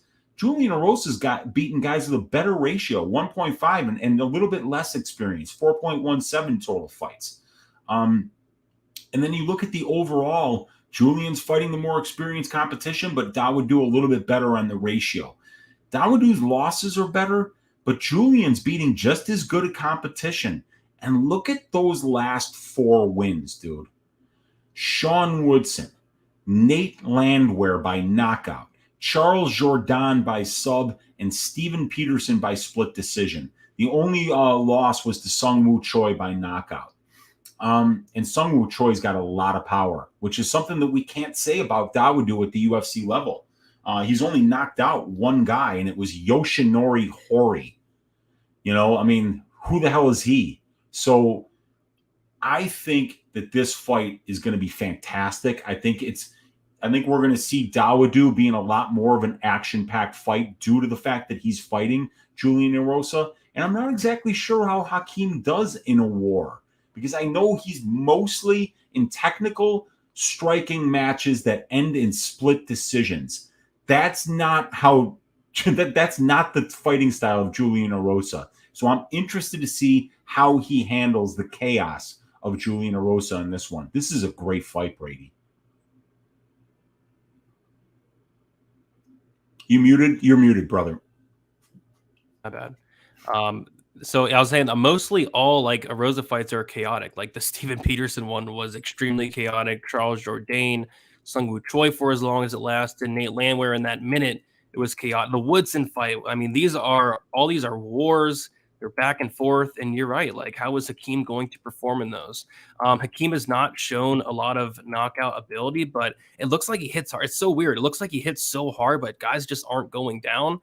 I think it's going to be a close fight as long as there's no finish. But I'm kind of thinking there could be a finish in this fight because Erosa, this guy is a great finisher, and he's open to getting hit, and he's open to getting knocked out. How many times has he been knocked out? Isn't it like 4 or 5? Yeah, I don't know. So he's been knocked out 4 times, and he's been knocked down 7 times in his 11 UFC fights. That's why I'm kind of thinking maybe there's some value on this fight doesn't go or the under, because I think if Erosa wins, it could very well be a finish. He's a finisher, and if he loses, maybe Dawodu does land a hard shot and put him out. So that's kind of how I'm looking at it. But we do have the money line. Dawodu opened up -190. He's currently -210. Erosa opened up +165, and he is currently +180. And like you said, if this was a fight that was going to be at Dawodu's pace, sure, yeah, he looks -230, -240 where he is now. But if Erosa is going to come forward, make this a war, make this a brawl, I think it could play out a lot closer. But the chin of Erosa is very concerning, and also how hittable he is very concerning. But yeah, I don't know. I think I'm just going to be taking a look at maybe violence. I think violence is very sneaky here. Erosa, pretty much a killer be killed fighter. Yeah, and the funny thing about Erosa is like in some fights, he eats a ton of shots and doesn't even come close to going down. And then other times he gets clipped and he goes down. But what the dude always does is he fights a style where he's willing to take 1 or 2 to give one. And when his chin does hold up, it's a style that breaks people. I mean, he's winning. He's won 4 of his 6 UFC wins inside the distance. He's breaking people. And it's the same thing because he pushes them into that pace. He brings them into a war. And Hakeem is not in wars. It's not his style. You're not in wars if you're winning split decisions with 50 significant strikes landed. Yep, exactly. So great fight. This is great matchmaking. I think it's going to bring a really exciting fighting style out of Dawodu, and I think he would really kind of thrive in that kind of style. It's just we got to see it first. We got to see how he does against an opponent like Erosa, but I'm looking forward to this one a lot. Yes, sir. And we will see it on Saturday. We'll move on now. I believe this is going to kick off the pay-per-view. Yes, it is. All right. So we have Kevin Holland going against Daniel Rodriguez. We have Holland, 29 years old, 6'3" with an 81-inch reach. Daniel Rodriguez, 35 years old, 6'1" with a 74-inch reach. Tail of the tape advantage is heavily in favor of Kevin Holland. He's 6 years younger, 2-inch height advantage, and he's going to have a massive 7-inch reach advantage. I think that's really significant for this fight. Holland is 2-1, no contest in his last 5 fights. Got wrestled for 25 minutes against Brunson, lost a decision. Same thing with Vettori, lost a decision. The no contest against Dawkins, and then a knockout win against Oliveira, a submission win against Means. As far as Daniel Rodriguez, he has 4-1 in his last 5 fights, a knockout win against Grant, a decision loss against Nicholas Dalby, a decision win against Mike Perry, a knockout win against Preston Parsons, and a decision win against Kevin Lee. This is kind of a tough fight for me because I think Rodriguez has a really good path to victory here, and that would be to wrestle. He is a black belt in BJJ, training out of 10th Planet, phenomenal grappler. It's just he hasn't really done that a lot in his UFC career thus far. It's not really his game. He's only attempted 9 takedowns in 8 UFC fights, only completed 5 in 8 UFC fights. So I think, how do you beat Kevin Holland? You take him down. We've seen that time in and time out. Vettori takes him down, Brunson, so on and so forth. I think it'd be very wise for Rodriguez to go for takedowns in this fight. Use that grappling. We've seen Holland struggle on the mat, although he's a black belt himself, but he struggled against those guys, Vettori, Brunson, Brendan Allen subbed him as well. It's just I don't know if Rodriguez is going to use that path to victory. And my concern is if Rodriguez does go out here and strike with Kevin Holland for 15 minutes, he's at a 7-inch reach disadvantage. But it's a good fight. It's just one I'm kind of, I don't know, it's kind of a tough one to call because I feel like the path to victory is there for Rodriguez. It's just, it's not something he does. Weezy, any thoughts on this one? This is a great fight. I can't wait for this one. And, when a guy like Rodriguez is not a guy I'd want to be fading ever, especially laying juice against. This guy could easily be undefeated, and not just at the UFC level. That loss to Nicholas Dalby was total bullshit. That fight was not even really that close. Daniel Rodriguez cleanly won all 3 rounds of that fight. So this guy is basically undefeated at the UFC level, and I think he's got a fantastic skill set. He's very, very good on the feet. He wins minutes on the feet. He wins moments on the feet. And the second that his opponent gets sick of getting their face boxed off, they shoot it on a takedown. He gets a ninja choke and the fight's over. So this guy is very, very good. He keeps the grappling in the back pocket but he will use it. We have seen him attempt 9 takedowns in 8 fights. We have seen him get 5 takedowns. We've seen him attempt, let's see, 0.17, so that would be 1/6. So he's attempted 5 submissions, and he's got a win by submission at the UFC level. So this guy is, he's clean with his grappling. Kevin Holland is a black belt on the ground. We know that. We know he's got submissions of his own. But what he also has is an ability to land big shots on the feet, man. And he's got a 7-inch reach advantage, a 2-inch height advantage, and he's 6 years younger here. So Rodriguez would be somebody I would think would be closer to a pick'em here if we could count on him at all to wrestle. But we can't. We simply can't. And even if he does wrestle, he's got 2.38% control time in 90 UFC minutes. So that means about just over 2 minutes of control time on 9 takedown attempts and 5 takedowns. So it's not his game. He's a boxer. He's a boxer who mixes in his Brazilian jiu-jitsu when his opponents try to take him down. So I think that this is going to be a striking match. But if you're on the Daniel Rodriguez side, you can look at the numbers, right? Against some pretty decent strikers in Dwight Grant, Mike Perry, Preston Parsons, Kevin Lee, right? This guy's landing 8.06 and only absorbing 5.38. And he throws 16 significant strike attempts per minute while his opponents throw just under 13. So he throws more volume than his opponents. He lands more than 2.5 significant strikes more per minute than his opponents do. He's got the exact same knockdowns per total significant strike percentage as Holland. So this fight should be pretty damn close. I mean, I don't even know if Holland should be this big of a favorite because Rodriguez has got a tricky submission game. Because if we look at the strength of schedule, they're comparable, right? 1.45 ratio for Holland, 1.56 for Rodriguez, but Holland's fighting the more experienced competition. But if you look at the wins, the 1.68 ratio in the wins is better than Holland's 1.29. And Holland's experience level of the people that he's beating is just a little more experienced than D-Rod. So I think it's a close fight, man. I think Rodriguez is very comfortable on the feet. It's just we got to see how he's going to handle that 7-inch reach disadvantage. And this is an orthodox versus southpaw matchup, so both guys' power strikes are going to be open for business here. It's going to be about that outside foot battle. It's going to be about who maintains range better with the kicks. And it's going to be about who lands that big shot first, because I don't think either one of these guys is going to grapple much here. I think this is a striking match. And if you can figure out who wins the striking exchanges in this fight, I think you're going to know who wins the fight. Yep, Kevin Holland's a pretty big favorite. He opened up -150. He is down to -200. Rodriguez opened up +130. He is currently +170. The over-under set at 2.5 rounds. The over 2.5 is -110. The under 2.5 rounds is -120. Really no strong lean for me one way or another on these violence props. Any thoughts on the money line? Any thoughts on any of these props, Weezy? No, the time props are something I'm probably going to stay away from. I mean, Kevin Holland has notorious durability. Daniel Rodriguez has 2 career losses, and he's never been finished. And I'm not even sure that either of those losses are actually losses. So both of these guys are very durable.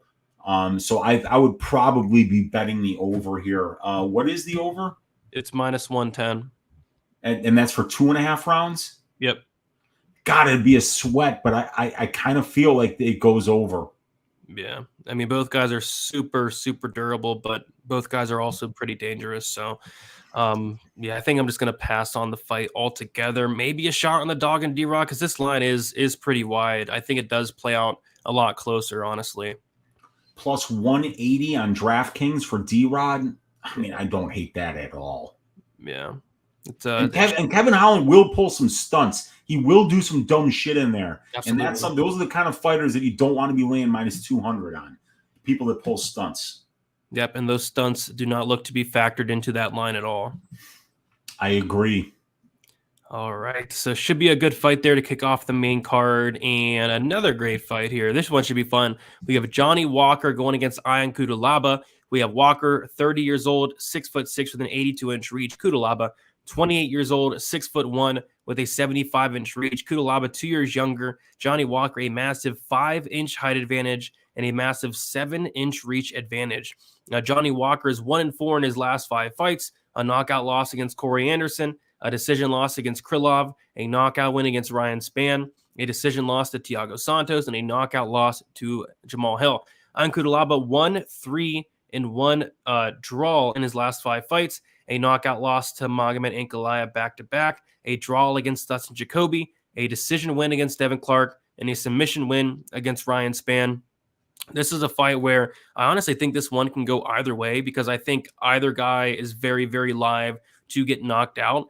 And I get why Cuțelaba is a favorite here. It's probably because people think that Cuțelaba is going to take down Walker and control him. And I think there can be some of that, but I just find it really hard to believe that Cuțelaba is going to take down and hold down Johnny Walker for 15 minutes here. Cuțelaba's wrestling is really good. When he went out there and took down Dustin Jacoby 9 times, Devin Clark like 8 times, but his control is just not good at all. He's letting guys back up. We saw against Ryan Spann, he took him down 3 times. Spann was able to pop back up. I just find it really hard to believe that Cuțelaba is going to take down and control a huge 6'6", 82-inch reach Johnny Walker for 15 minutes. I don't see that happening. What I do see happening is Cuțelaba going for a takedown, Johnny Walker standing right back up, and I think these guys are going to throw down on the feet. I think someone's going to get caught. I think both these guys have horrible chins, especially Johnny Walker, but Johnny Walker hits like an absolute truck. Both guys do. I think somebody's getting finished here. I think it's probably in the first round. And I think this fight should be lined a lot closer. I think people are really low on Johnny Walker, and rightfully so. The guy's looked horrible, but that doesn't mean he's not dangerous here. So I think someone's getting knocked out here, Weezy. I think violence is obviously the answer, but I'm curious to your thoughts on this one. Yeah, it's another baller fight, though. I mean, but yeah, Walker's just so much bigger than this dude. It's orthodox versus southpaw. Walker's 5 inches taller, got a 7-inch reach advantage. So that's all significant. Both of them had the same amount of pro fights, almost the exact amount of time in the pro cage. It's just Walker's been a little bit more busy fighting for less time. But Cuțelaba's got 3 more UFC fights, about 30 more minutes in the UFC cage. Both these guys finish. 94% finish rate for Walker, mostly by knockout. 88% finish rate for Cuțelaba, mostly by knockout. And they both get finished, as Walker's been knocked out in 2 of 4 UFC losses, and Cuțelaba's been finished in 5 of 6 UFC losses. Power numbers for Walker, excellent here. 3 knockdowns in 9 fights, over 1.3% knockdowns per total significant strikes landed, about 0.7 knockdowns per 15 minutes. And he's keeping his fights standing about 73% of the time. So it's not like this guy is getting caught on his back and kept on his back for long periods of time. Now, you look at a guy like Cuțelaba, who's got 30 takedowns in 12 fights, right, on 48 attempts. So he's getting 5 of the 8 takedowns that he's attempting. Very, very good percentage. 4.75 takedowns per 15 minutes. But with those kind of numbers, Brady, we want more than 23% control time. When you see a guy that's getting a 62.5% takedown percentage and 4.75 takedowns per 15 minutes, you're looking at a guy that's like that. Those are like Jonathan Pierce numbers. But Pierce's, control time numbers are a whole hell of a lot better than Cuțelaba's here. So, and we've seen Cuțelaba get knocked out 2 times at the UFC level, and which is as many times as Walker's been knocked out. The strength of schedule here, I like the wins a lot better for Johnny Walker, as he's beaten guys with better than 500 records and a little more experience than Cuțelaba. Cuțelaba's losing to some really good competition here, but so is Walker. And on the aggregate, it's Walker who's fighting the more experienced competition, but Cuțelaba on the aggregate is fighting the better win-loss ratio guys. But Cuțelaba is going to wrestle here, but I don't, like you, Brady, I don't necessarily know if it's going to work against Walker. Walker's got 62.5% takedown defense, and he's being controlled 21% of the time. But, if you're not winning the fight while it's on the ground, if you're not getting that submission, 21% of the fight isn't enough to win. To worry about the other 79% where you're going to be on the feet, where Walker's going to be at a distance advantage, going to be landing the flashier strikes and the heavier strikes. This isn't Jamal Hill. This isn't Thiago Santos. Cuțelaba is not like a one-hitter quitter type of boxer. He's going to be at a deficiency on the feet here, and Johnny Walker's a guy who's done a decent job of keeping fights standing. So I think I'm leaning Walker here as well, and I think that this fight probably doesn't go to decision. Yep, and we see that Cuțelaba opened up a -180 favorite, currently -208, and Johnny Walker opened up +155. It's currently +170. I think it should be a pick 'em. Somebody's getting knocked out here. This fight is going to be so much fun for as long as it lasts. I don't see Cuțelaba taking down and controlling Walker for 15 minutes. And if he does take down Walker, Cuțelaba's gas tank's not great. We saw him slow down a lot in that Jacoby fight. He typically does slow down as the fight goes on. So yeah, if anything, I would take a look at that Walker plus money, some Walker knockout props, some violence props in general. The over under 1.5, the under 1.5 is +110. Want to take a look at the fight doesn't go. It's probably something crazy. Fight doesn't go on 5 dimes is -300. Yeah, I think somebody's getting finished here, but yeah, this line doesn't make a ton of sense to me unless people think that Cuțelaba is going to wrestle for 15 minutes. I don't know if Johnny Walker is going to be taken down and controlled like Jacoby was. And even Cuțelaba didn't really control Jacoby a lot. And then like Devin Clark as well. I think Walker's much bigger than those guys. And Walker's very hard to hold down. I know Krylov had a lot of trouble taking him down and holding him down. So, yeah, I'm kind of leaning dog here. And not sure I'm going to play this fight, though. Yeah, I think there's a lot of props that are going to stick out. Yeah, and don't forget when you're dropping your head for takedowns, Johnny Walker's knees are going to be coming up towards that head, and man, that's an easy spot for him to get a knockout here, because he knows Cuțelaba is going to be shooting. Yeah, for sure. All right, what we're going to do now is we're going to take a short commercial break, and we'll see you guys in about 59 seconds.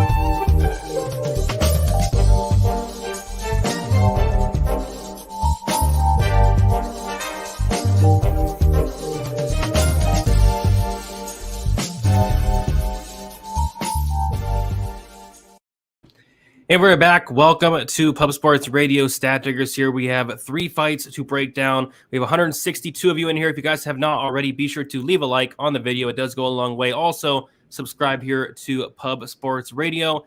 And we're going to move on to the next fight. We have Irene Aldana going against Justin Bieber.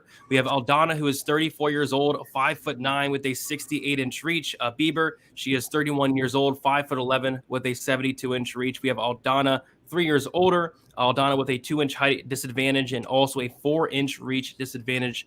Aldana is 3-2 in her last 5 fights. A decision loss to Raquel Pennington, a decision win against Vanessa Melo, a knockout win against Ketlin Vieira, a decision loss to Holly Holm, and a knockout win against Yana Kunitskaya. As far as Justin Bieber, she is 3-2 in her last 5 fights. A decision loss to Lena Landsberg, a decision win against Shannon Young, a decision win against Mary Renault, a submission loss to Raquel Pennington, and a decision win against Norma Dumont. Weezy, how you feeling about this one? So, yeah, I mean, I'm a Macy Chiasson fan. I cashed a big plus money decision ticket on her, I think at plus 425 against Norma Dumont. So Macy's much bigger. She's huge for the weight class. 2 inches taller, 4-inch reach advantage here. But Aldana's got the experience advantage with 9 more pro fights, about 45 more minutes in the pro cage, and 5 more years as a pro. She's also got 2 more fights at the UFC level and about 50 more minutes in the UFC cage. Macy finishing 50% of her fights overall. Irene Aldana finishing 77% overall, and Irene's finishing 50% of her UFC wins, and that is what Chiasson has done as well, also a 50% finish rate. And Macy's been finishing 1 of 2 losses, and Aldana's been finishing 2 of 6 losses. So when we look at the striking numbers here, surprisingly, Aldana absorbs more significant strikes per minute than she lands, which is I didn't expect that, because Irene's a fantastic striker and a minute winner on the feet, and she's also got a little bit of power at this level too. But Macy Chiasson actually has the better metrics. You look at 3.7 significant strikes landed, only 2.56 absorbed, and she's throwing a lot more volume than her opponents are. But really what the big difference here is the fighting style of both fighters here.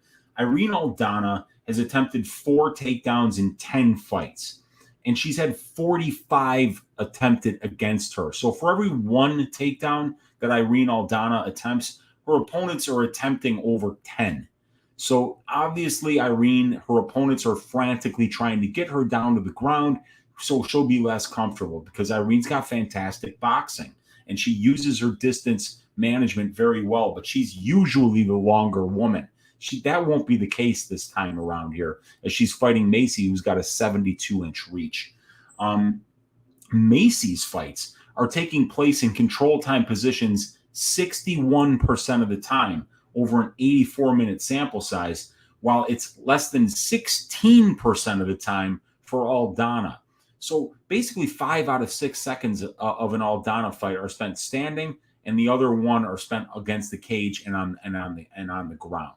So which one of these ladies is going to get their way? Because if this winds up at striking range, Irene's probably picking apart Macy, even with that 4-inch reach disadvantage that she has. But Macy thrives in the clinch and on the ground, and she's huge. She's huge for the division. So that's going to be a problem here. However, when you look over at that strength of schedule, Irene's fighting the slightly more experienced opponents and the much better win-loss ratio opponents. And when you look at the wins, even though Macy's fighting slightly more experienced competition in her wins, the win-loss ratio 1.4 for Irene's wins, while it's 0.9 for Macy's. So, I mean, if she got this win, this would be the biggest win of her career by far, because the other ones, Shanna Young, Marion Renault, Norma Dumont up at 145, that wouldn't be nearly as good as Irene Aldana, who's a top 10 bantamweight at this point. So it's an interesting stylistic matchup. We got to see. I need to go back and watch the Irene Aldana versus Holly Holm and the Ketlin Vieira and the Raquel Pennington fights, because those are women who are big, strong opponents who can put you up against the cage and wear you out. And that's exactly where Macy thrives. But the common opponent here that we can see on the screen is Raquel Pennington. Chiasson got subbed by Pennington, while Irene Aldana lost a split decision. So that has me leaning Aldana here, but I see a path for Macy, and she's got a nice plus money number next to her again. And I'm thinking that I might roll with Macy by decision as a small little sprinkle here, hoping that she can win a lot of minutes up against the cage using her size and strength. Yeah, makes sense. I mean, I'm not going to be betting this fight really at all. We don't really have any interest in it, but we do see that Aldana opened up minus 156. She's currently minus 185. Chiasson opened up plus 136, currently plus 160. I do see that Aldana is a very popular play this week. What I'm more concerned about, Weezy, is this. Andy G brings it up. Which of these two is more handsome? Boy, that's a good question. I mean, I'm gonna go with Macy here. Yeah, it's got to be Macy. The platinum blonde hair, the tattoos, the angular masculine features. Yeah, I'm going with Macy here. Yeah, I'd say Macy. It's not even close. So yeah. I like Macy in terms of that. But in terms of betting the fight, I will not be betting it. I do want to plug my man Mills here. He has a new video, 10 o'clock p.m. Eastern time on Pub Sports Radio after Stat Diggers. I got you, Mills. There we go. All right. We'll move on to the next fight, though. We have the co-main event. We have Jingliang going against Tony Ferguson. We got the Leech, 34 years old, 6'10", with a 71-inch reach. Ferguson, 38 years old, 5'11" with a 76-inch reach. The Leech 4 years younger. The Leech with a 1-inch height advantage, and Ferguson with a 5-inch reach advantage. The Leech is 3-2 in his last 5 fights. A win by knockout against Elizeu Zaleski dos Santos, a decision loss to Neil Magny, a knockout win against Santiago Ponzinibbio, a loss to Khamzat Chimaev by submission, and then a knockout win against Muslim Salikov. As far as Tony Ferguson, he is 1-4 in his last 5 fights, a knockout win against Donald Cerrone, a knockout loss against Justin Gaethje, a decision loss against Charles Oliveira, a decision loss against Beneil Dariush, and a knockout loss against Michael Chandler. The problem I'm having in this fight is we have the Leech as a massive favorite. I think a lot of people think that Tony Ferguson is done and is on his way out. And I think that very well could be the case. But, look at who Ferguson has been facing. Justin Gaethje, Charles Oliveira, Beneil Dariush, Michael Chandler. And, Dariush had a ton of success taking down and holding down Ferguson. Same thing with Charles Oliveira. Justin Gaethje just beat him up for 25 minutes. And Michael Chandler had success taking down Ferguson in the first round, knocked him out in the second round.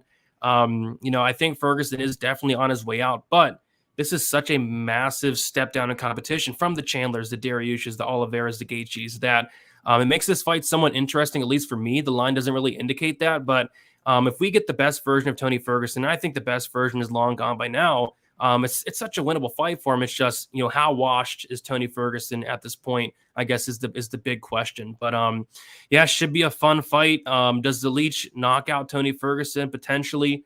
But I'm curious to hear your thoughts on this one, Weezy, because it's an interesting one. The line is heavily in favor of the Leech here.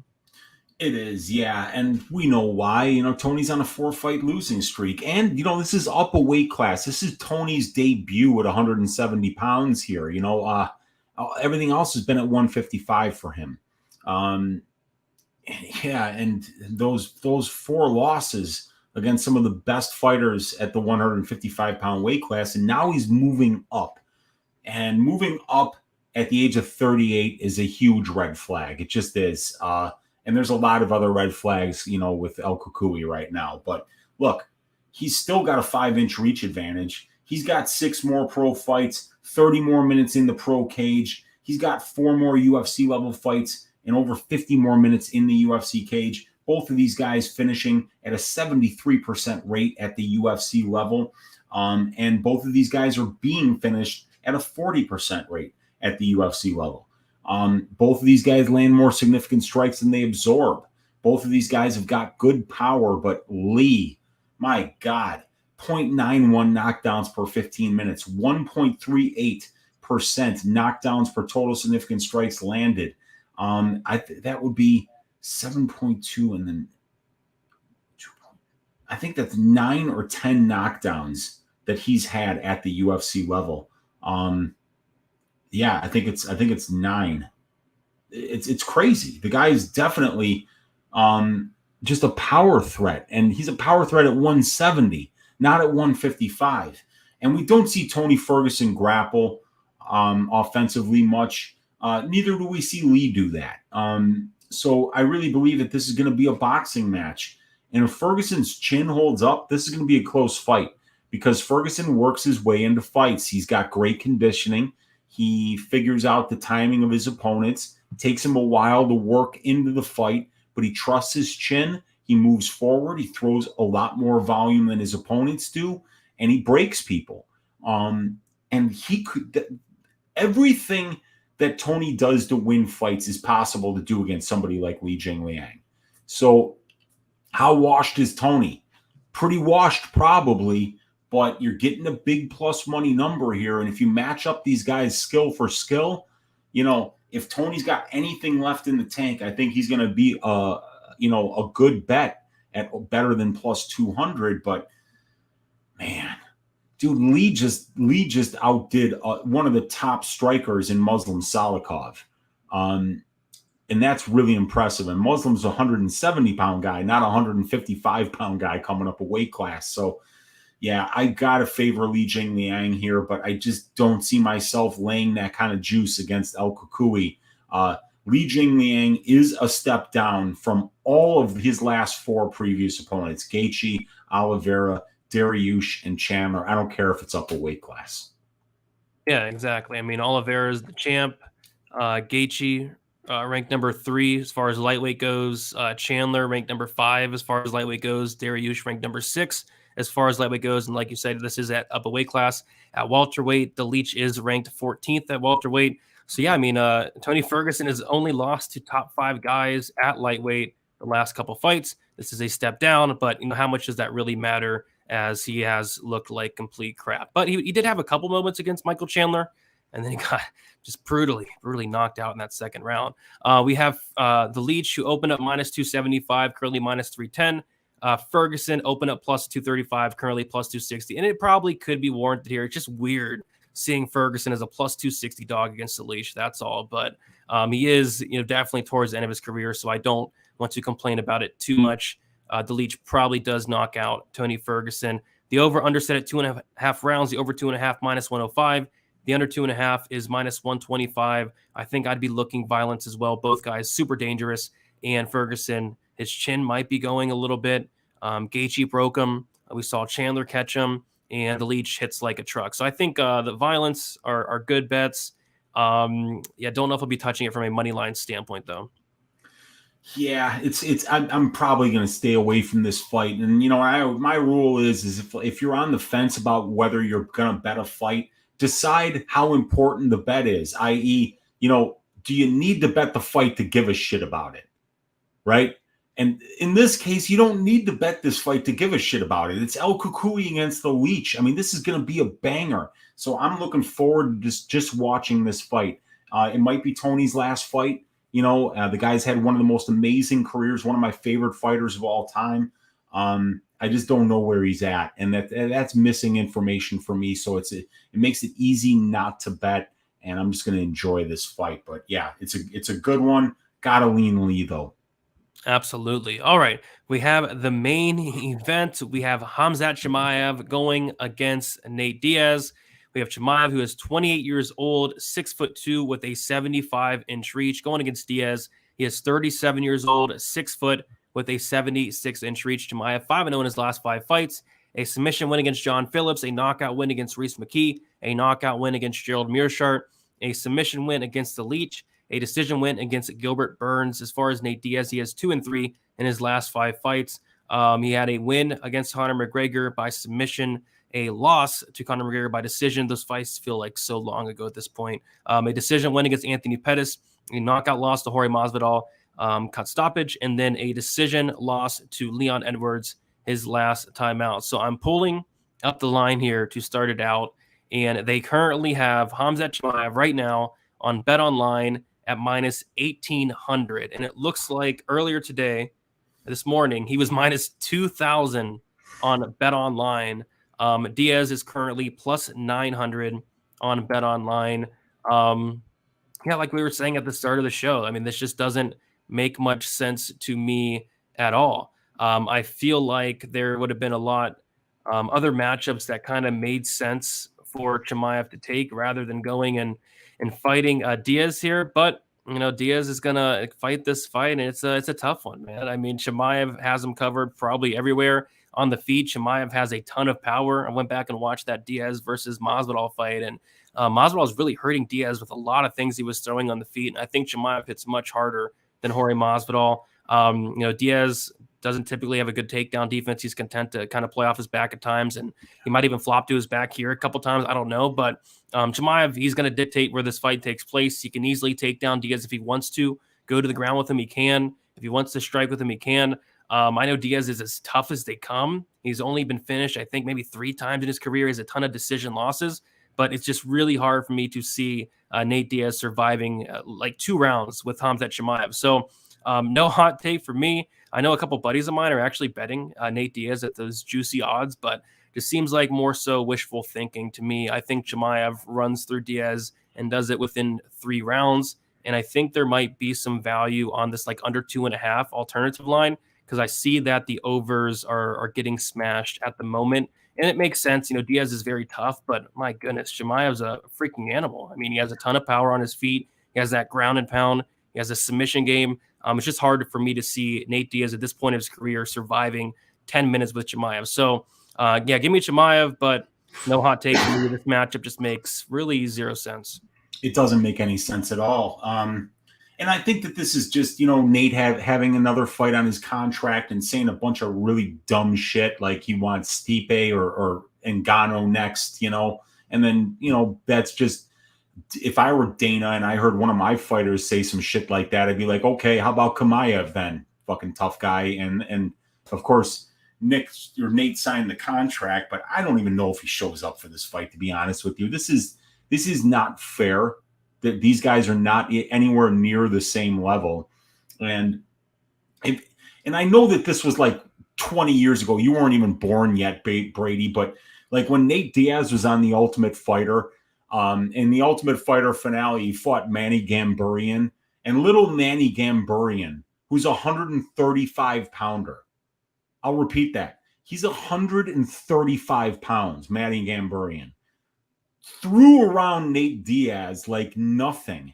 And Nate Diaz wound up winning the fight despite the fact that he lost 95% of it being under little 135-pound Manny Gamburian because Gamburian's shoulder popped out of the socket.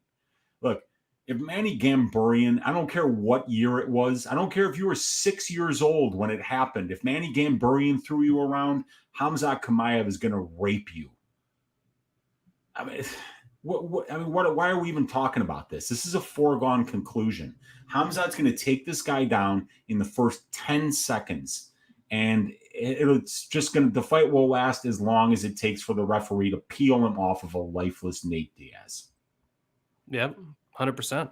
I mean, like, there's not much left you could say. I mean, it makes no sense. I mean, there were so much other matchups that would make sense for Chimaev. I mean, I would like to see Chimaev fight like a Colby Covington, like a Jorge Masvidal, like a Leon Edwards, right? Like there's so many other matchups that make sense, but it seems like he's taken a big back step here.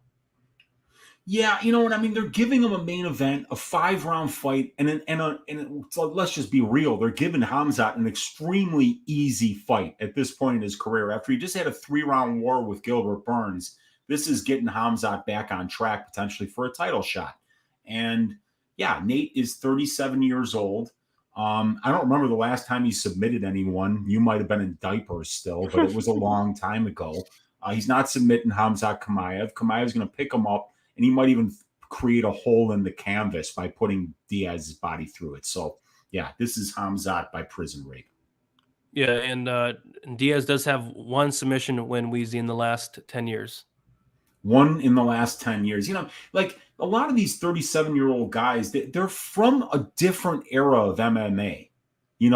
It's just a completely different era where you could be, a decent Brazilian jiu-jitsu practitioner and lock up submissions, on guys who would never put on a gi because they're just strikers, Those days are over. And this guy Chimaev's wrestling is on a different level. So he's gonna destroy Nate Diaz. Yep, and like I said, I'm more interested in like these unders. Maybe not like the under 1.5 because I'm personally saying Chimaev gets him out in the second, but this under 2.5, it's sitting at minus 150 right now on 5 dimes. Under 3.5 is minus 205. The fight doesn't go is only minus 280. Like I don't really see. I know Diaz is tough. My goodness, I don't see him surviving 10 minutes with Chimaev here. So I'm gonna be taking a look at this from a violence perspective. I think those are playable. But everything else is probably not. Like you can't lay minus 1,500 on Chimaev, obviously. And I know there's gonna be a lot of people taking the shot on Diaz. The Diaz props as well. I saw some people in the chat say Diaz by submission. Those are going to be props that people take a shot on. But yeah, I think like the under 2.5 is something I feel pretty good about. Chimaev inside the distance minus 230. Yeah, it's gonna be a fun fight, I suppose. But it's kind of I don't know. It seems wrong, right? Seems wrong. Yeah, that's the best way to put this. I mean, Nate Diaz can barely string together a sentence already. I can't imagine what it's going to be like listening to him. He's gonna make Evander Holyfield sound like a professor by the time this fight is over, man. It's bad. This is bad. This is going to be very, very hard to watch. Indeed. Even like the Masvidal fight was kind of hard to watch. Like Diaz was really getting hurt bad in that fight. That fight got stopped after the third round with a cut. But Chimaev is much more dangerous than Jorge Masvidal, that's for sure. But Weezy, we did it. We went through 13 fights. Pretty good card. Maybe not the best pay-per-view in the world, but I like it. I like a lot of the fights on the card. Any final thoughts on the card as a whole? Yeah, I mean, like, there's some bangers. Jingliang Ferguson will be fun to watch. Walker Cuțelaba should be awesome. Holland Rodriguez, awesome. Dawodu Erosa, awesome. How about the return of the Pleasure Man? Fat Collier against Fat Barnett. Trying to get back on the police force. Because of their morbid obesity.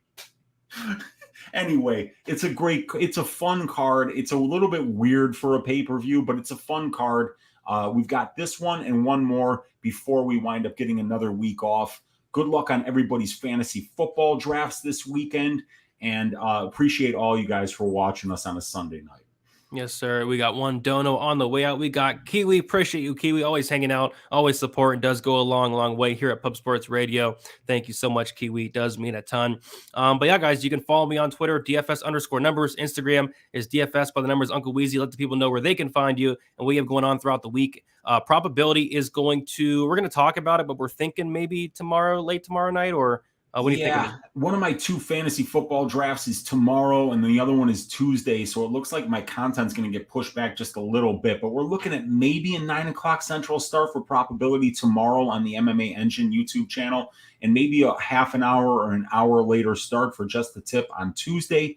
But you can find me on the MMA Engine YouTube channel, on the Uncle Weezy YouTube channel, right here on Pub Sports Radio every Sunday for Stat Diggers, every Wednesday for the DFS show, every Saturday for the Watch Along. Check out Mills's little thing that he's doing here after we're done on Pub Sports. The only thing left to do for UFC 279, you guys, is to stack cash tickets like flapjacks. Let's get it. Let's do it. Yeah, one more thing. Contender Series content tomorrow. I will be posting a full card breakdown for that. And then also on the MMA Engine, we'll be going live around 7 before the Die MMA podcast. And yeah, other than that, guys, leave a like on your way out, subscribe to the channel, and best of luck for UFC 279.